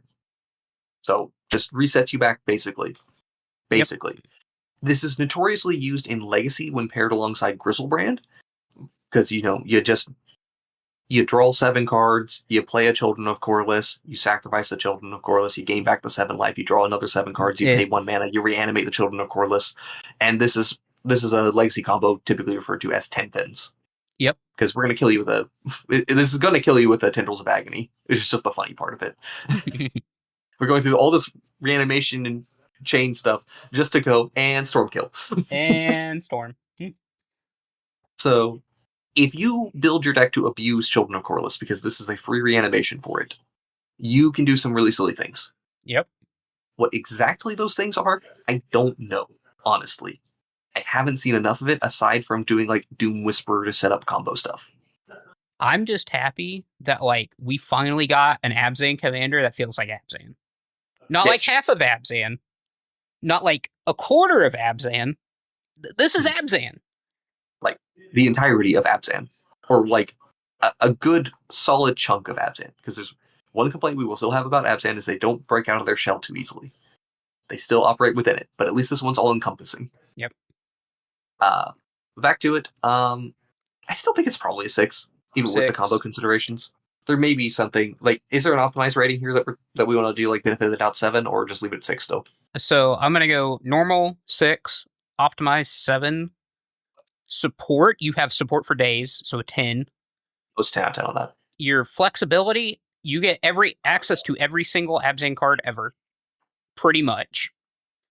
Yeah, the range of stuff. You do have some commitments that you have to make. Yeah, you have to gain life and you have to lose life. That's your only commitments. Yeah, there's actually a lot of depth on how you do that. Yep. Okay. So I have flexibility at 5? I want to go like 6 or 7. I will give it a 6. I don't think I want to give it 7 on the flexibility, because at that point I'm like, can I play a non-creature strategy? And the answer is no. And raw power, I'm actually going to give a 5 or a 6. One of the two. I think it's 6. I think Betor is just good. This is a generically good card. At minimum, you can just attack and give 3 counters, and, like, that's okay. Yep. All right, so 6 normal, 7 optimized, 10 for support, 6 on flexibility, 6 on power. Sounds good to me. That's good. All right, more Betor. More Betor. But we care about ass this time. Yo. All right, so Betor, kin to all. 2 and an Abzan for a 5/7 legendary creature, Spirit Dragon, with flying at the beginning of your end step. If you control a total of 10 toughness or greater, draw a card. Then if creatures you control have a total toughness of 20 or greater, untap each creature you control. Mm-hmm. Then creatures you have a total of 40 or greater, each opponent loses half of their life rounded up. Spicy damage on that part. So here's my thing. I like what's going on here, but I actually think this is a little difficult. This is very hard. I think it's very easy to draw a card at your end step. Yes. So here's why I want to talk about, like, some of the things here that have been kind of weird for me. I've messed around with brewing this one a little bit, and I gave up on it because basically, here's what I found. Mm-hmm. At my end step, I draw an extra card. That's, like, guaranteed. I just need 3 extra toughness to make that happen. That's essentially a guarantee. Yep. 20 toughness. I can do that pretty easily, actually. I can play some walls, I can play some big butt dudes, and get to 20 toughness. But my reward is untapping each creature I control. which are probably not tapping to attack anyways. Correct. They weren't tapping to attack. They were tapping for activated abilities, primarily mana. Yep. But, like, those big toughness dudes don't have flash. Nope. So that ability, weirdly enough, does next to nothing aside from letting Betor gain pseudo-vigilance. Yeah. Because Betor is the only one that I'm like, big toughness, yes, you are definitely attacking. Unless I'm just like doing generic creature stuff. Which, to be fair, you can just do like, play a Gulta, and now like Gulta has, vigilance, and that's good enough. Hey.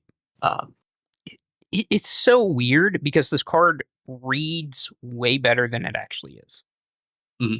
Once you start thinking about it. Like this card, reading it, oh my god, it does so much. It actually will end up it draws you a card at end step and untaps your Betor. Yeah. So the 20 toughness ability is largely flavor text, which is weird. Yep. And then the 40 toughness, okay, we had to double our toughness from where we were at before to make that happen. Right? Even if I had two 12/12s in play, I got two 12/12s and a Betor in play. That's 31 toughness? Mm-hmm. I still need 9 more toughness somewhere. Yep. This is hard to do the making your opponents lose half their life rounded up thing. And then again, it makes them lose half their life, doesn't kill them. Unless they were at 1. And at which point it's like my creatures were dealing enough damage. Like if I'm doing generic creature stuff, like we were doing enough damage that I didn't need this. Mm-hmm. It's splashy, it's cool, but realistically, this commander functionally just reads at the beginning of your in-step draw a card. Yep. 5 mana really do-nothings are not very good, Jason. Yeah, I mean, at least it's got an ass. Like, it's big. Yeah. I'll give it stat efficient. It's extremely stat efficient, but it is, at the end of the day, on its own, it is a 5 mana do-nothing. Yeah. It just doesn't do quite enough. And I really wish that, like, spoiler alert, what I ended up doing was instead of playing Betor, I looked at Felothar. Mm-hmm. And we will talk about the Felothar that cares about toughness later. Probably, actually, maybe the next one. No, it's the last of the Absent. Yep. Wait, that's a different card. But the Felothar ended up doing things and caring about power versus toughness much more than Betor does. Betor, honestly, is just the correct way to play this is probably just generic creature deck. Yep. Ignoring everything that tells you to care about toughness over everything else. Mm-hmm. And that's not bad. It's just boring. I think this is a 4. I think it's slightly below average, just because I know how people think.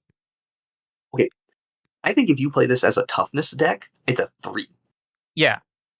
And again, spoiler alert, that is not going to be my rating for Felothar. No. Felothar's spicy. All right, we'll get there. We'll get there when we get there. We'll get there when we get there, Jason. But it's like a 3 if you do it as a toughness thing, and if you start moving away from the toughness matters, you will see better results, which is unfortunate because it's saying one of our conditions for the Zur Scale is I'm building around what my commander wants me to do, and everything here tells me big butts, big ass, no notes, big ass bad though. Mm-hmm. But realistically, I really should just be casting Colossal Dreadballs in this deck. Yep. So I think normal honestly probably should be a 3, and optimized I would go as far as a 5. I think there's ways to use this where it's actually just an average deck if you are building it to just punch your opponent like an average green commander wants you to do. Sure. And Betor's like a 3 on its own. It's a 3 or a 4. But like I said, it essentially is a 5 mana do nothing. That's how you have to look at it. Mm-hmm. Sure, it draws you one singular card, but for 5 mana, I need to be drawing more than one singular card. Yes. So, yeah, I'm going to say flexibility on this one is, like, it honestly has flexibility. It's like a 4 or 5 on the flexibility. Because, like, you don't have to care about specifically toughness, but you should. But you shouldn't. You should, and you shouldn't. So it's like, it's annoying. But, yeah, that's largely all I have to say on Betor. I will leave a note for this one to talk about that, but, yeah. All right, next one. Or I can read the other one, because that's the one I want to talk about the most. No, we have to go in order, Jason. We do have to go in order. Since you All bug me right. every time I go out of order. Yeah, you're right. Oh, wait, I realized we skipped one. Fuck. We skipped our Rakdos guy. He's not in Tarkir. Watsy wanted us to think it was a joke anyways. We'll get to it. We'll get to it. All right. Felothar, Dawn of the Abzan. Abzan, for a 3/3, legendary creature, human warrior with trample. Whenever Felothar enters or attacks, you may sacrifice a non-land permanent. When you do, put a 1/1 counter on each creature you control. Hey, look, we talk about how, like, embodying Abzan? Hey, we did it again. We did it again. Hey, look, it's the other half of Abzan. Mm-hmm. It's the, we made the tokens, we attack them with the tokens, we sacrifice the tokens. And we make our 1/1 counters. we make our 1/1 counters. Good. It's good, actually. It's a 3-mana 4/4 with trample. At its base. And yeah, kind of. Really, for me, the thing I want to point out is, so sacrificing an online permanent, you get the counters, right? This is a, like, pretty easy every turn. I'm going to trigger all of my 1/1 counter synergies. Yep. Right? And it spreads your counters immediately. Every creature gets it. That new creature just came down, made a token for you. Congratulations. That token is gone. You got a counter, buddy. And you triggered all of your synergies related to that. We've gotten a lot of those, especially in MH3 and what was going on at, like, was like tail end of 2023 or early 2024. Yeah, and there like was so much stuff with that. Innistrad, the werewolf Innistrad was actually the Selesnya 1/1 counter gold mine. Oh yeah, I wasn't even thinking about that stuff. Yeah, that's true. No, I was thinking about like the adapt commons we got. Like, okay, so Evolution Witness, right? Oh yeah, sure. That's a card that's so relevant. We probably should just bring that one up on its own. That's a 2 and a green for a 2/1 elf shaman mutant with 2 and a green to adapt to. So if it has no 1/1 counters on it, you can put 2 counters on it. And then whenever one or more 1/1 counters are put onto Evolution Witness, you get to return target permanent card from your hand or from your graveyard to your hand. Yep. Notorious for working with a lot of generic, like, combo pieces. Because you get a 1/1 counter, you get back your Lotus Petal, which gives you the mana to keep doing what you wanted to do, etc., etc. Right? And Felothar gets to trigger that every turn, just as a generic value engine, and it can always get back the thing you want to sacrifice. And we have enough things that when they get 1/1 counters on them, put on them, draw a card, and you trigger all that too. Every turn. We've got. I think we now have. Granted, I believe they all specify a once per turn clause, but I believe we have 4 different cards that say whenever a counter is put on a creature you control, or just like put on it, you draw a card. There's the new Siege. We've got a Duelist. We've got an Angel that does this, and we have something else. So, there's a lot of just card draw built into this extra card draw for all the stuff you're doing, plus whatever sacrifice synergies you want to do, or other 1/1 counter synergies.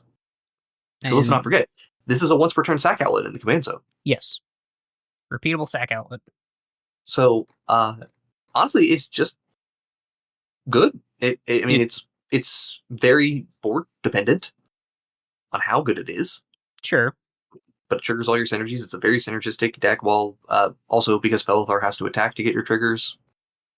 That's just once per turn. It's also, you may sacrifice a non-land permanent. You don't have to. No. No. This is one of those things that makes me want to go on a tangent to try to find something. I don't believe we have a thing that says when a 1/1 counter is put on something, you can reanimate, right? No, there is no reanimation. The closest thing would be the Ewit. That's the closest thing. Yeah.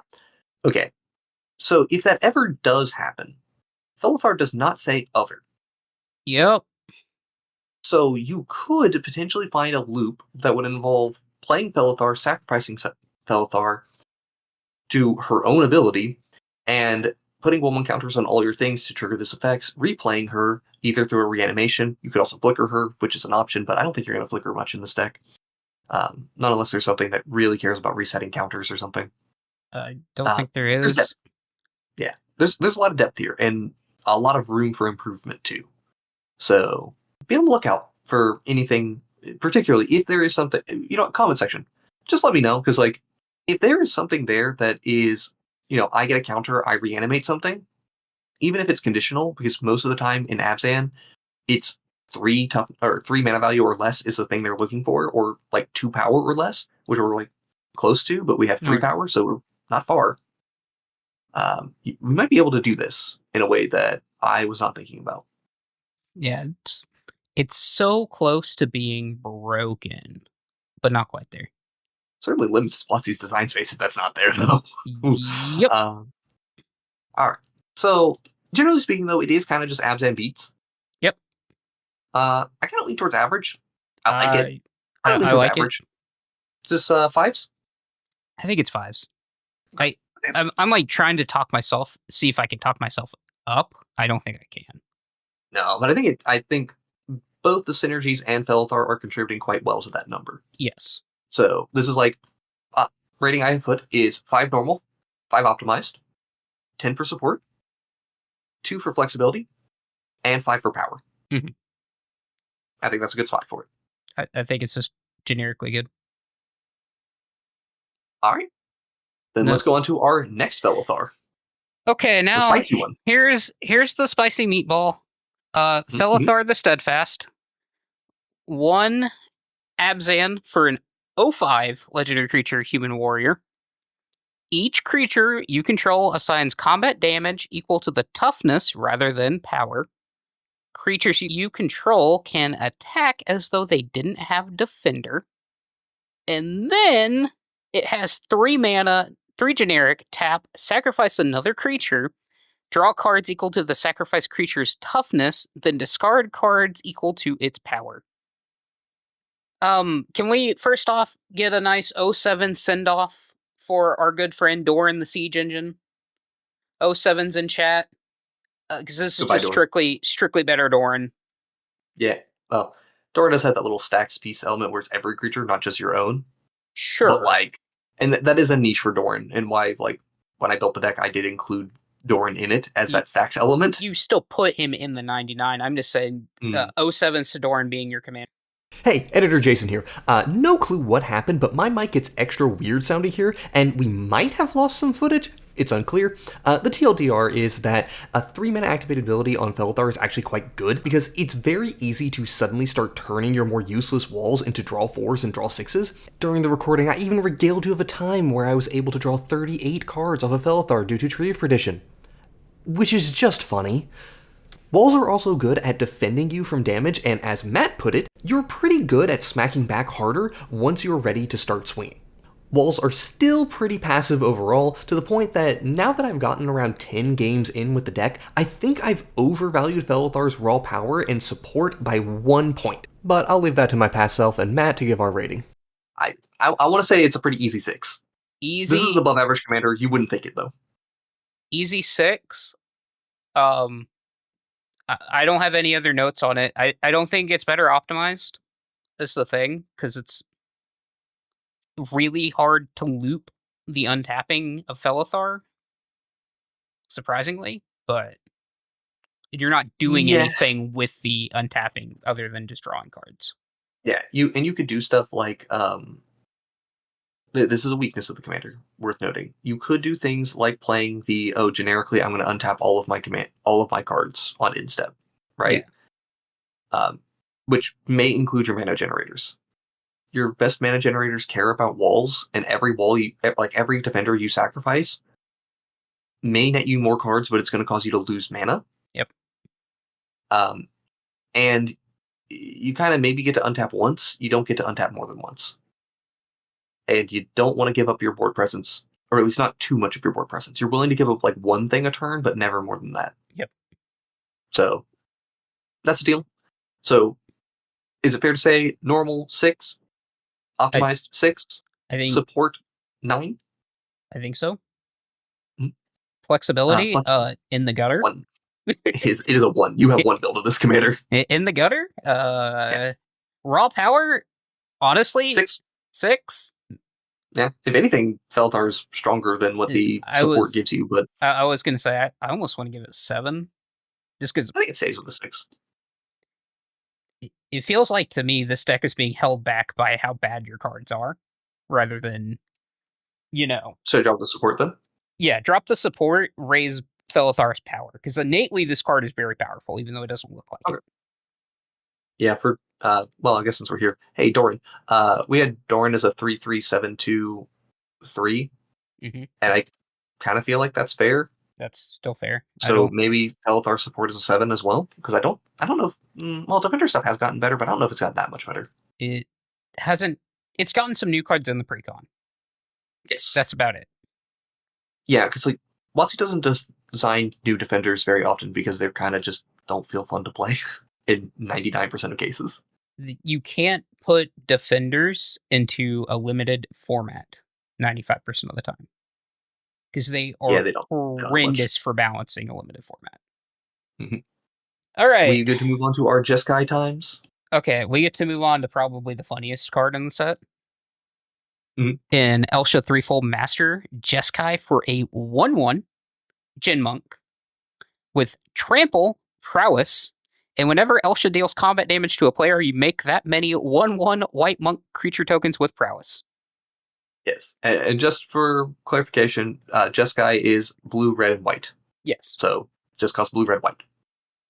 All right, we're playing combat tricks.deck, and we're gonna smack with our commander. It's fine. Like I said, the funniest card in the set. There are many memes to be had with this Elsha. I have high opinions of Elsha because of the memes. I have low opinions of Elsha because of the effects. Yep. That's the cards you make me play. That's kind of where I'm at with it. It's it's really funny. When it works, it's going to be hilarious. Look, this is the card that your Resident Feather player looked at and instantly nut. Like, this is... Oh, yeah. This is very funny in how it does things. It's just not that good. No. It is...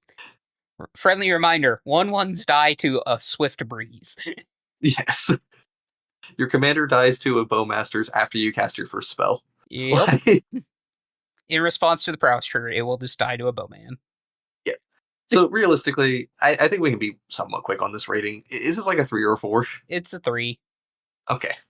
Matches its mana value. It's a spicy 3, but it is a 3. And that is honestly fair. The flexibility is not the worst. You have more than one build because you can just do some generic non-creature stuff. But like, you really do want to be casting a lot of instants and sorceries. So, is what it is. All right. Let's go on to Narset then. Narset, Jeskai, Waymaster for, once again, Jeskai. Blue, red, white for a 3/4 legendary creature, human monk. At the beginning of your instep, you may discard your hand. If you do, draw cards equal to the number of spells you've cast this turn. So let's start on level 1, which is I want to cast a bunch of spells. Sure. Easy. Very easy to do. You go low land count, play a lot of your MDFCs so you have some options. Try to get up to casting 3 to 4 spells in a turn. Maybe go as far as to play something like Grinning Ignis in your deck so that you can just keep casting that for 1 mana so you just get to loot. Yep. Level 2. All right, now I care about that discard and making those draws better, right? All right, we can do that. We're going to get in our Teferi's Ageless Insights or our whenever I draw a card, I'm going to mill you, those types of effects. I'm going to get my Curly Badgersaur in there for my discard matters stuff. Level 3. None of this matters. I'm just going to infinitely cast a single spell and then go to my instep, flash in a Thassa's Oracle, and win the game. Win the game! So, good to know I wasn't the only one thinking this breaks super easily. Yeah, like, so, realistically, you can build around Narset as much as you want to. This ranges anywhere from your most basic to your CDH. Yep. I think it was Prof had said, like, this is a great burn commander, and that's true. If you wanted to play burn in commander, that you definitely want to work yourself to the bones to try to make something happen, and you need the commander to support it, sure. You can do that. The floor is low, the floor is quite high for this commander, and the ceiling is very high. Yep. Honestly, I don't think I need to go super deep on describing exactly how you're going to do this, because you can do whatever combo you need to just count out the number of cards in your deck to make sure you don't die, and do what you do. And for that, I say Narset's floor is probably like a 6, and her ceiling is a 10. Easily. And I think that's the rating. She's a 6/10. 6 normal, 10 optimized. Flexibility's a 10. You get to play. You get to play your cards in Jeskai. I will say it's probably like an 8 for the flexibility. Sure. But it's like, it's so up there on what you get to do. And Narset herself is honestly not that powerful. No. But it's because of the support that she gets with how much you don't have to care about how many cards you cast. Yep. Really. Like, easy. Very strong commander. Potentially the strongest commander on an optimized rating for the whole set. Mm-hmm. All right. Shiko time? Or Shiko and Narset, I should say. Shiko and Narset Unified is up next. Jason, you want to take us off? All right, I got it. So this is 1 in a Jeskai for a 4/4 legendary creature, human spirit dragon with flying vigilance. Whenever you cast your second spell each turn, copy that spell if it targets a permanent or player, and you may choose new targets for the copy. If you don't copy a spell this way, draw a card. All right, so you get some flexibility on whether or not you can like double up your single target removal or just draw your second card. Honestly, this does not spark joy. No, it's not bad. No sparking of joy until certain spicy random cards that target your stuff is in addition to targeting other things starts getting involved. But those are so few and far between, it's not really worth considering. And to be fair, okay, it doesn't have to target your stuff. Mm-hmm. It can target your opponent's stuff, and it, 2 Swords to Plowshares is still good. Yep. But I guess there's also the funny thing of you can do 2 auras. Mm-hmm. If you wanted to be really funny and just like build this as the world's jankiest Voltron deck. That's a funny Enchantress deck. I can sign off on that. It would be bad, but it would be funny. Well, I mean, is it that bad though? Blue Light Enchantments has gotten dramatically better in the past year. But then you're still like, here's my 4/4 command. Like, my commander has some innate bulk to it, so it's not like the worst thing going on here. Mm-hmm. But you're just like, I cast a spell and then I cast 2 auras, and then my commander eats a burn spell and it eats a removal spell, and I'm no longer playing the game until I can cast it again. Enchantress at least does have the option, so maybe there is something there with Enchantress that I wasn't giving enough credit. Maybe too much Jeskai Stormpilled for that. Other than that, though, it again just kind of fine. A little bit clunky. Second card, you had to cast 2 spells. If you don't copy it, you just draw a card. I hate that this is our Flurry commander. Like the one that's specifically built around Flurry, and it doesn't even showcase why this mechanic is actually really good. I mean, at least Taigam does it better. Yeah, Taigam does it significantly better, but like, this is the Jeskai mechanic, and it's not showing just how good this can actually be as a mechanic. Yep. So I guess I probably do need to give a little more credit towards flying and vigilance. Just 4/4 flying vigilance on a Jeskai body, like that's not bad. Like that's defensive enough that you're going to be allowed to dirtle a little bit. Mm-hmm. That said, I mean, I guess those are also 3 relevant creature types, kind of, but maybe not for what the mechanics are doing. Not for what your mechanics are doing. Yeah, that's. I'm kind of grasping at straws here to try to justify something other than like a 4.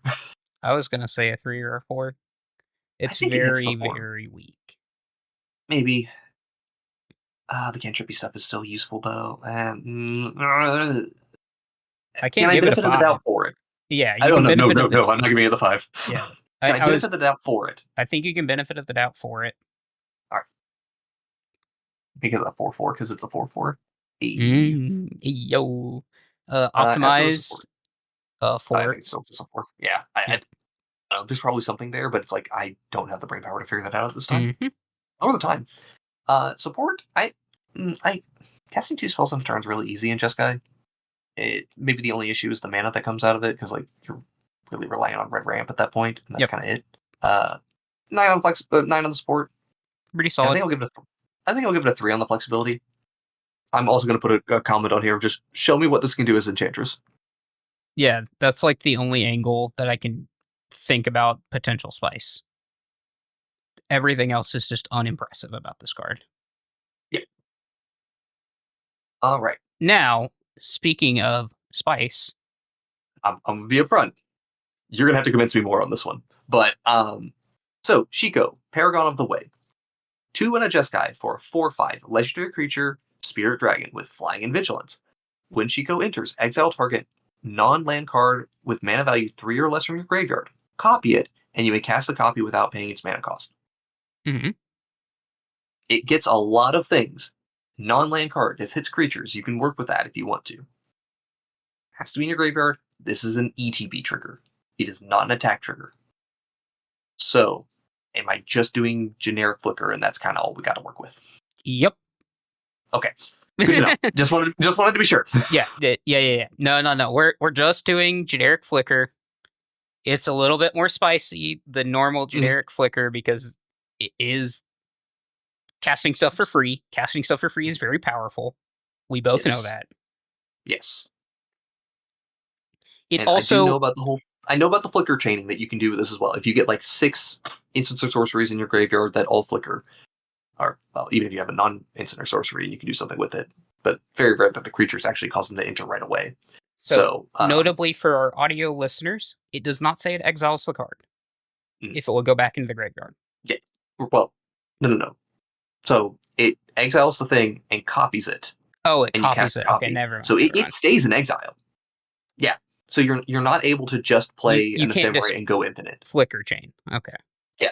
You don't get to do that infinitely. Otherwise, that would be a fascinating way of just like triggering infinite Magecraft and Storm, whatever. But that would also be too easy. And I would agree with you at like, oh yeah, that's a 10 then. That's super easy to just win the game then. No, I think it's solid though.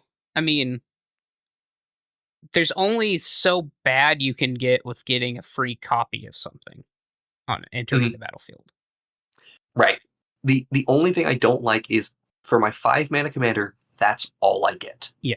Is whatever one thing was in my graveyard that I felt like was worth copying. Which means I have to put a good thing into my graveyard that I want to copy. Yep. Which almost any time that's going to be, it's just going to be like a Cloud Shift or an Ephemerate. Yep.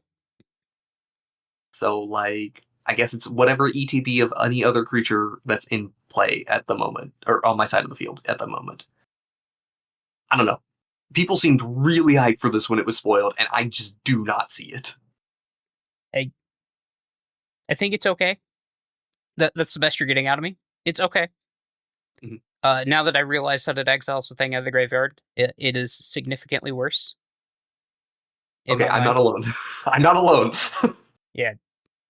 Reading the card explains the card, everybody, as it turns out. All right. So, then, in all of my hot take glory, then, is this just a 3? Like, it's just Guy Flicker, and that gives you some decent options in the support category. I'll give it that. I think it's a 4 just because of how strong Flicker innately is. But I will agree with you on below average. So Shiko itself is just a 3, but the deck is a 4. The deck is a 4, yes. Sure. All right, then we can give it that 10 out of 10 support and call it nice there, and the flexibility. Honestly, again, once you get out of being limited just to Flicker stuff, you do get, like, when stuff dies, goes to your graveyard, you get some value there. You can play with some wheels to enable things. Innately, very strong stuff there. Yeah. I don't see this as a Storm Commander. I know some people who are viewing this as like, oh yeah, we can go super deep on this Flicker Storm combo stuff, and I'm like, yeah, but that's like so much setup for what? Yeah, what are you doing? Yeah. So, all right, 4 normal, 4 optimized, 10 on the support, 3 on the flexibility, 3 on the power. Yep. All right, I think that's fair. It is getting propped up entirely by its deck. Okay, now we get into some weird ones. Okay. Thank goodness for this Tarkir set for making Sultai, even though their generic Sultai commander is actually somewhat interesting for the first time in forever. They do weird stuff. Yeah. So, Kotis, Sig Champion. This is a Sultai, so black, green, blue. For a 3/3 legendary creature, zombie warrior. Once during each of your turns, you may cast a creature spell from your graveyard by exiling 3 other cards from your graveyard in addition to its other costs, and paying its other costs. Yep. Whenever 1 or more creatures you control enter, if 1 or more of them entered from your graveyard, or was cast from a graveyard, put 2 counters on Kotis. So basically, we get to add escape without actually making it escape. Which is relevant because that means your Uro immediately goes back to the graveyard. Yes, that is. I believe that is the case with Uro. You don't get to just reanimate that thing. I'm pretty sure it specifies you have to cast it. Specifies has to be escaped out of the graveyard. Yeah. All right.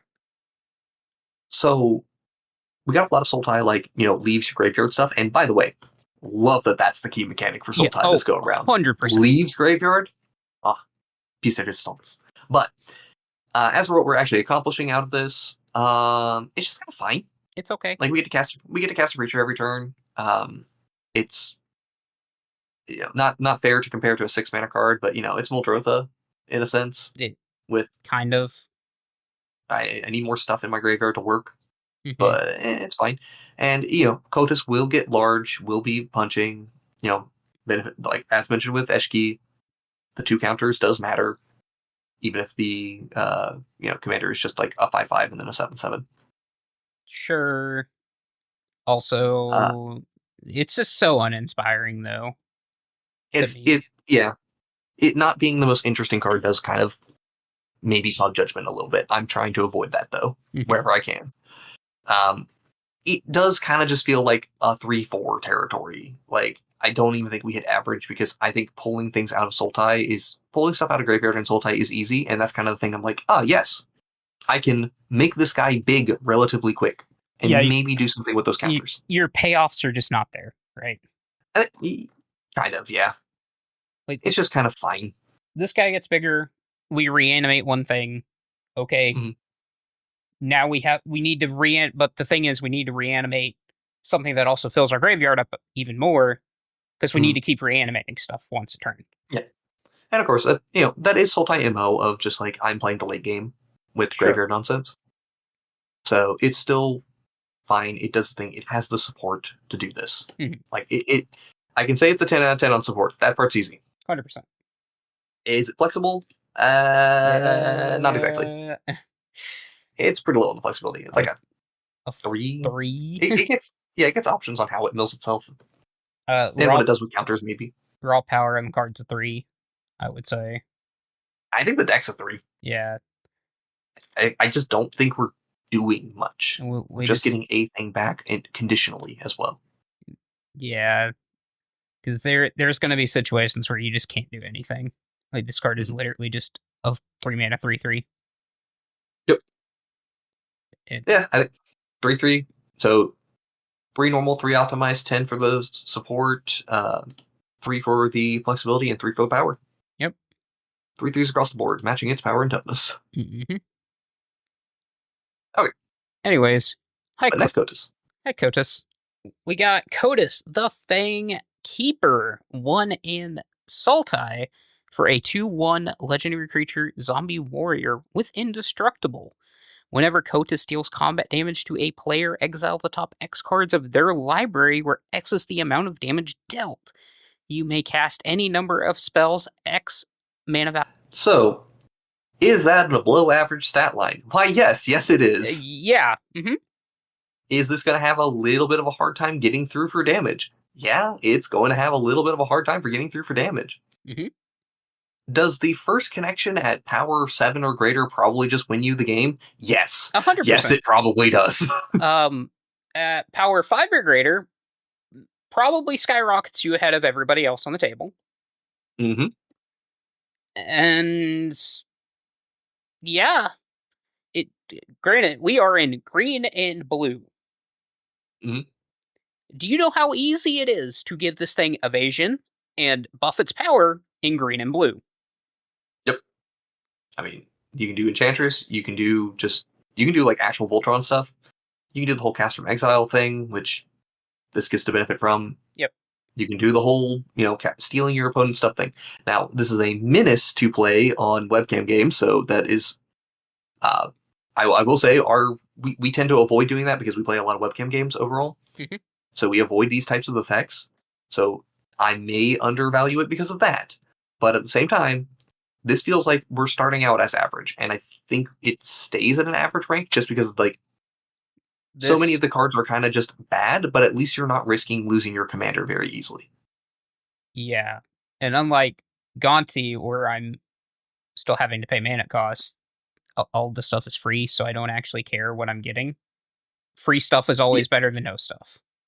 Yeah, you just find your worst case scenario is you find the player who's playing the low synergy deck at the table who just has the highest value stuff. You find your generic green player and you bonk them and then say, great, here's my now 4 creatures that have 8 power or something. There will be some high rolls and some low rolls, of course. But I do think Kotis is... It really only needs to connect for high power once. Yep. To make sure you're in the game. But getting there can be a little difficult, which is why I think it's probably an average deck. Really high variance, though. I think a 5 normal, 5 optimized, it cannot get any better optimized because people can have easier ways of removing this, right? Even though it's got indestructible, surprisingly, indestructible is really easy to get around with a 2/1. Yeah. Yeah. Then... And the other thing is, I do wish there was a little more control of how good you make your commander. Mm-hmm. How much you had control of what you're hitting, but you really just don't have that option. Yeah. So, I'd say, all right, here's my preliminary rankings here.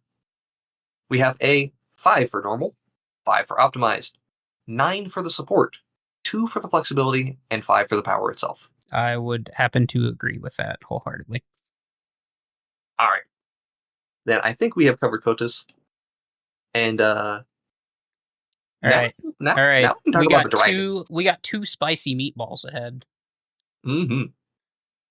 All right. Teval, Arbiter of Virtue.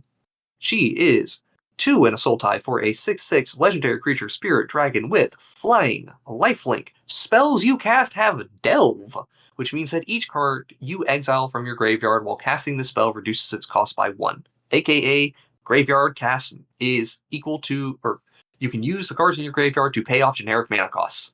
Yep. And whenever you cast a spell, you lose life equal to its mana value. Yes, that balance is necessary. But Jason, Mm-hmm. What if I just cast a Platinum Angel for free? Why, then you wouldn't lose any life. Huh. Isn't that strange? You would lose that 8 life on that first cast if you cast it completely for free, but then from there, no life lost. Oh, but isn't that strange? That is weird. You know what's also weird? How Profane Transfusion works with this card. Right? Yeah, Profane Transfusion, for those unfamiliar, that's 6 generic mana, aka not casting with that amount. So 3 black for this deck. Just 3 black. Mm-hmm. Two target players exchange life totals. You create an XX colorless horror artifact creature. I believe it's a Phyrexian now, but where X is the difference between those players' life totals. Mm-hmm. Just saying, casually doming yourself for 9 intentionally and then exchanging life totals to make a bigger Phyrexian seems funny. Seems good, maybe. Seems pretty solid.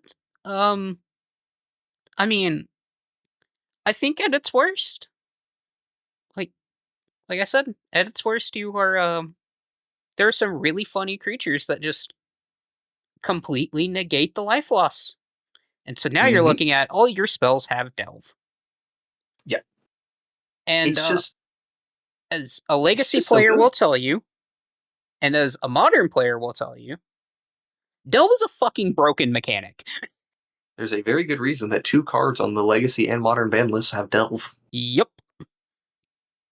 And all they do is draw cards. Yeah.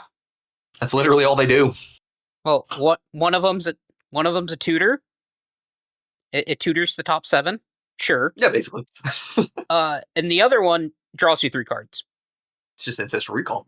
And the other really good, surprisingly really good Delve card is a generic 5/5. Dude, that one's gotten power crept out. Poor Gurmag Angler. Sure. But it's still good. Tombstalker as well are still perfectly playable cards. Oh, actually, you know what? What are we saying? Modern players and Legacy players know how to play against Murktide Regent. Yep. That card's just a 2 mana 8/8 flyer. That is a 2 mana 8/8 flyer. Yeah, Delve is one of the most broken mechanics in the game. Mm-hmm. Flat out. And we will acknowledge, again, at least we're in Sultide this time, but getting cards into your graveyard can be a little bit difficult. Sure. That said, Sultai is also a color combination that loves to push the game to go longer, so it can do some dirtily things. Teval does not have to come down on turn 5. Nope. You are free to set up and interact with your opponents, slam Teval, slam your big piece. That's what you don't have to play Teval right away. That said, I do acknowledge the downside of Teval is very real. The 6/6 flying side of Teval is good, or flying lifelink more specifically, to help offset that cost. But you're maybe, unless you get play fight spells, which I think is hilarious playing fight spells with this thing, as your primary form of removal, you're probably gaining like 12 life in a game with Teval. Yeah. You're not gaining a ton with it. So do keep in mind that you're, the maximum amount of mana that you get to delve away, or the maximum mana of spells you get to cast is like 50 mana or something, which is more than enough to win. Mm-hmm. God, it's good. God, it's weird. That's good. God, it's weird. Yeah, that's a very fair statement. The balancing factors and conditions of it will be hard to work with. But I still think we're, starting point is A5, for sure. Oh, 100%. I think it's better. I think it's better. Sure. How high? I think minimum 6. Minimum 6. I can see that. I don't know where to put the optimized rating at. Oh, you want to do different rating. I wasn't going to put a different rating between the two, because I feel like most people are going to play largely the same stuff. I found my big dumb dudes and I found my milk cards, and we're going to go.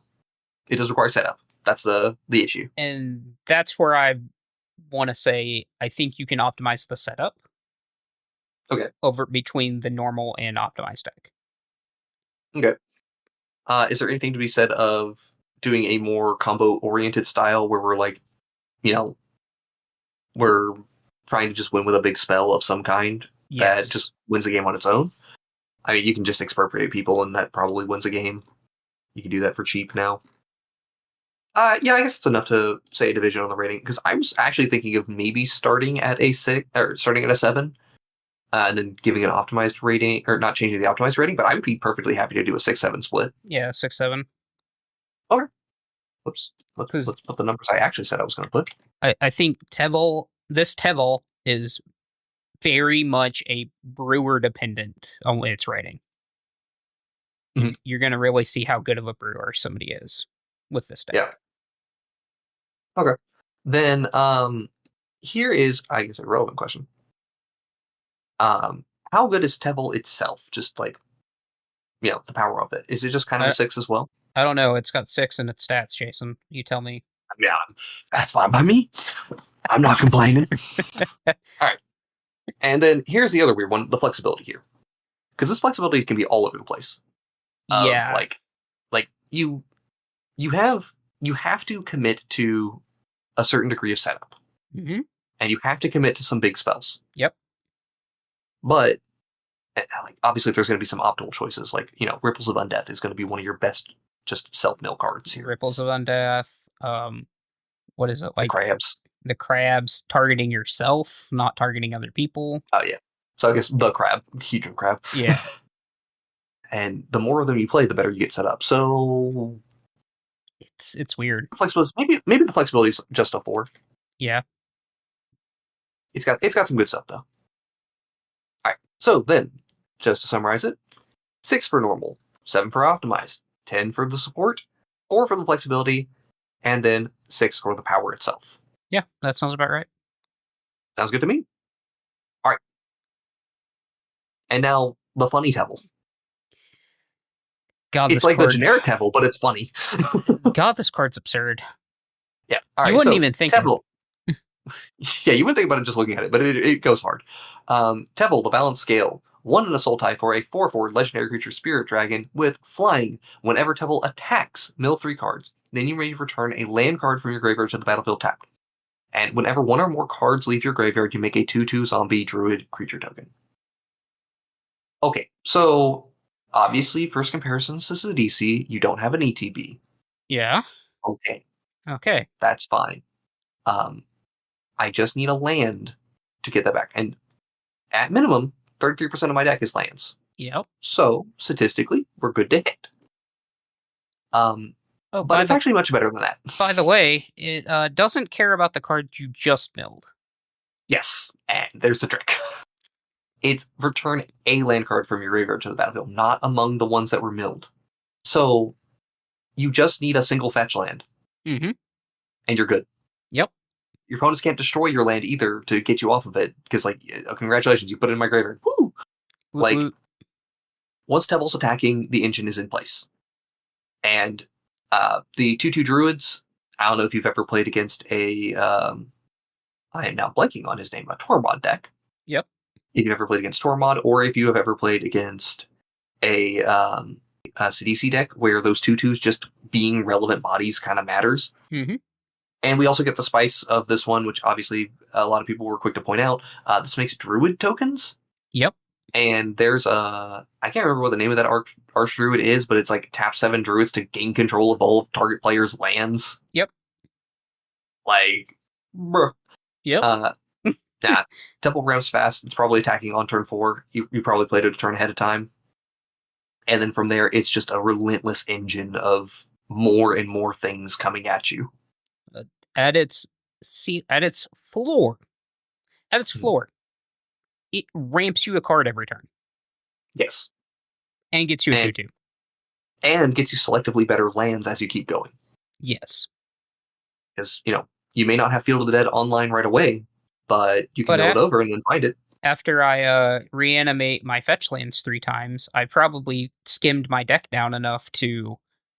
You get to play generic land stuff. You get to play generic, just like soul tie value stuff, reanimator things. Like, the flexibility here is really high. It just does everything that soul tie wants to be doing anyway. Mm-hmm. So, as a result, I firmly believe this is above average, despite it looking kind of like a pre-con card. It kind of looks kind of average. It plays so much better than it looks. I think a 7? Easily. I don't know that it gets better optimized. I don't think it does. I think it kind of hits a ceiling. Great floor, decent ceiling. But that ceiling is not too far from the floor. Teval itself is good, and it has a decent amount of flexibility. Not a ton, though. Mm-hmm. Kind of like in that 4 to 5 category again. I think probably a 4. Probably a 4. Flexibility. Raw power, this card is a 7. Absolutely. Easily. So we have this as a 7 for normal, 7 for optimized, 10 for the support, 4 for the flexibility, and 7 for the power. Yep. Looks good. Just good. Alright, and with that, we've covered everything from Tarkir Dragonstorm, and boy, I wish I could stop there, but nope. Nope. On April Fool's Day, because of course they did. Of course, we knew an April Fool's drop was coming for Secret Layers.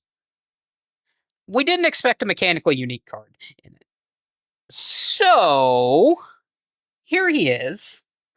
Here's our mechanically unique card. Deadpool trading card, because of course he's named trading card.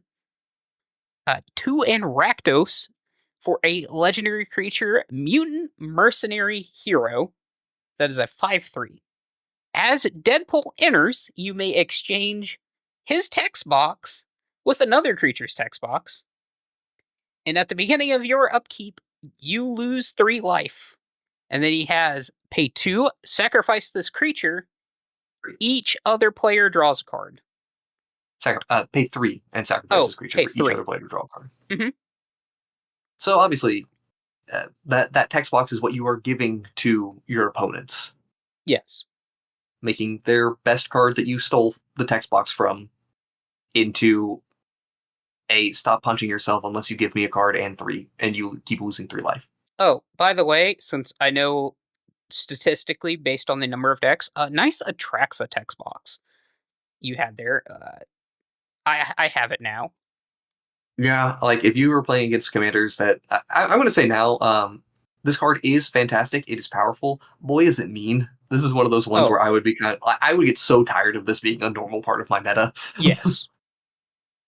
You just cannot build around your commanders, which, fundamentally, that's what we're doing on the Zur Scale, for example. So it's a little weird.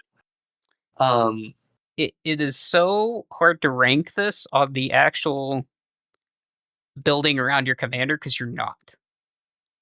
But you are, because you're playing very mean things, such as Saw in Half, and ways of looping Deadpool's sacrifice to lock your opponents out of the game. It's giving him Myriad, because if you make a token copy of him, he will have his original text box. And very relevantly, he exchanges the text box with another creature. That is not until he leaves or anything. No, once it's exchanged, it is exchanged. Yep. So, yeah, you can just take a whole bunch of things and be really mean to a bunch of people. Mm-hmm. And just keep asking them, why do you keep hitting yourself? Why do you keep hitting yourself? Why do you keep hitting yourself? That is absolutely the intention with this card. Oh, 100%. I'm sure some designer was like, how do I make Deadpool ask players, why do you keep hitting yourself? And can I just say, the Piece de Resistance, this is exactly, if you know Deadpool, this is exactly how you should design a Deadpool card. Oh, yes. 100%. This is Deadpool in its entirety, and that's why... This is 10 out of 10 flavor. No notes. Chef's kiss on whoever designed this card. Yes. You're a jerk, but good job. Like... But yeah, as for what you actually build this deck as, you got your clone effects, you got your Punisher effects. Yep. I think this is probably, in terms of like true Punisher, this and the Valkavoth that we got not too long ago are the best Punisher commanders. It's not close. Yep. And yeah, no, card's just good, generically good. I just don't know how to rate this. I don't either.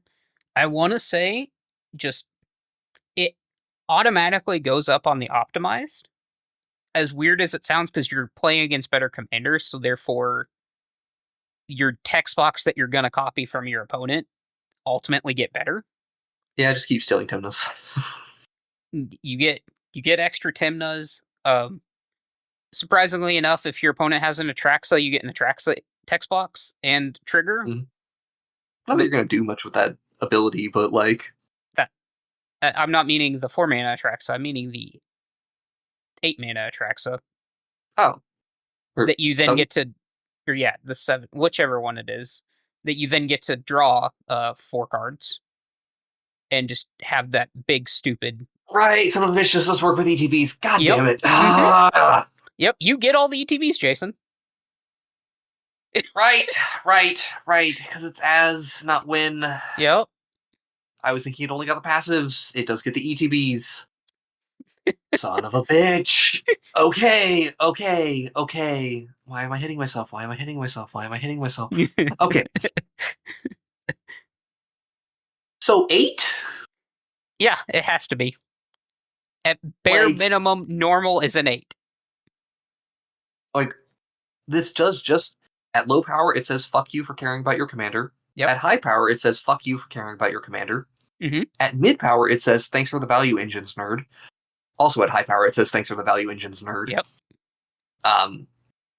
Even if you can't necessarily use it, you just cripple your opponents so much. Hey, Jason, that's a nice Seedborn muse you got there, buddy.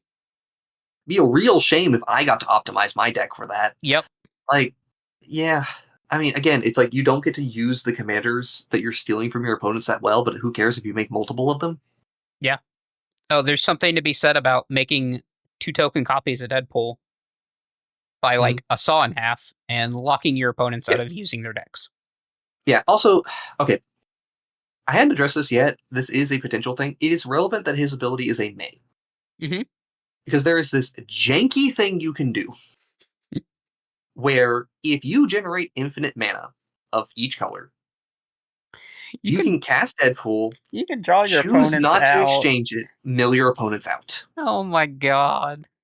So this is another World Gorger win con. That's so funny.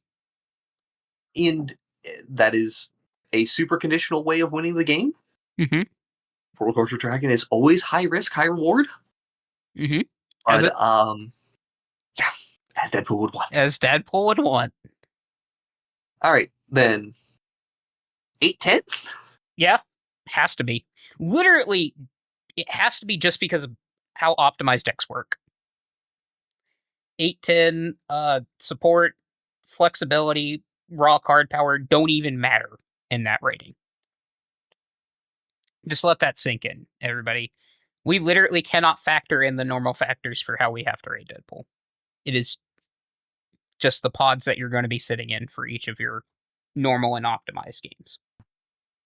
All right, Deadpool, you evil bastard. All right, 8, 10 on support, because we can just ramp and do whatever the hell we want with Punisher sort of things. Yep. Flexibility. As long as you cast your commander, what does it matter beyond that? Exactly. You are almost at the highest level of flexibility you could want. You just need to care. You just have to make sure your opponents care about their commanders, which is conditional, but that's high power. Yep. And then Deadpool itself, again, upsets the balance of how I do this methodology, because it itself is a bad card until you exchange text boxes. Yep. To which it could be anything. Mm-hmm. I don't know. I'm just going to call it an 8 and say that's fine. That's why I said, Jason, with how we rank things on the Zur Scale, which we normally factor in support, flexibility, and power into giving an overall rating, none of those matter. It really doesn't. This is entirely so pod dependent, but we have to give it an 8 because you're locking at least one person out of the game, more than likely. Yeah. And assumedly taking something relevant from them. Yeah. They played it because they care about it, and you gave them a time bomb. Yep. A time bomb that they can then get rid of, recast, but who cares? You're getting their thing and doing it better than them, more than likely. Yep. All right. And with that, that's everything we got here. Thank you all again for listening to us this time. Not much of the watching on this one. Yeah. I mean, we appreciate y'all very much. Kind of is what it is. Yeah. This set is good. Deadpool is a good card. Why, though? But thank you all again for watching. We'll see you next time. See ya.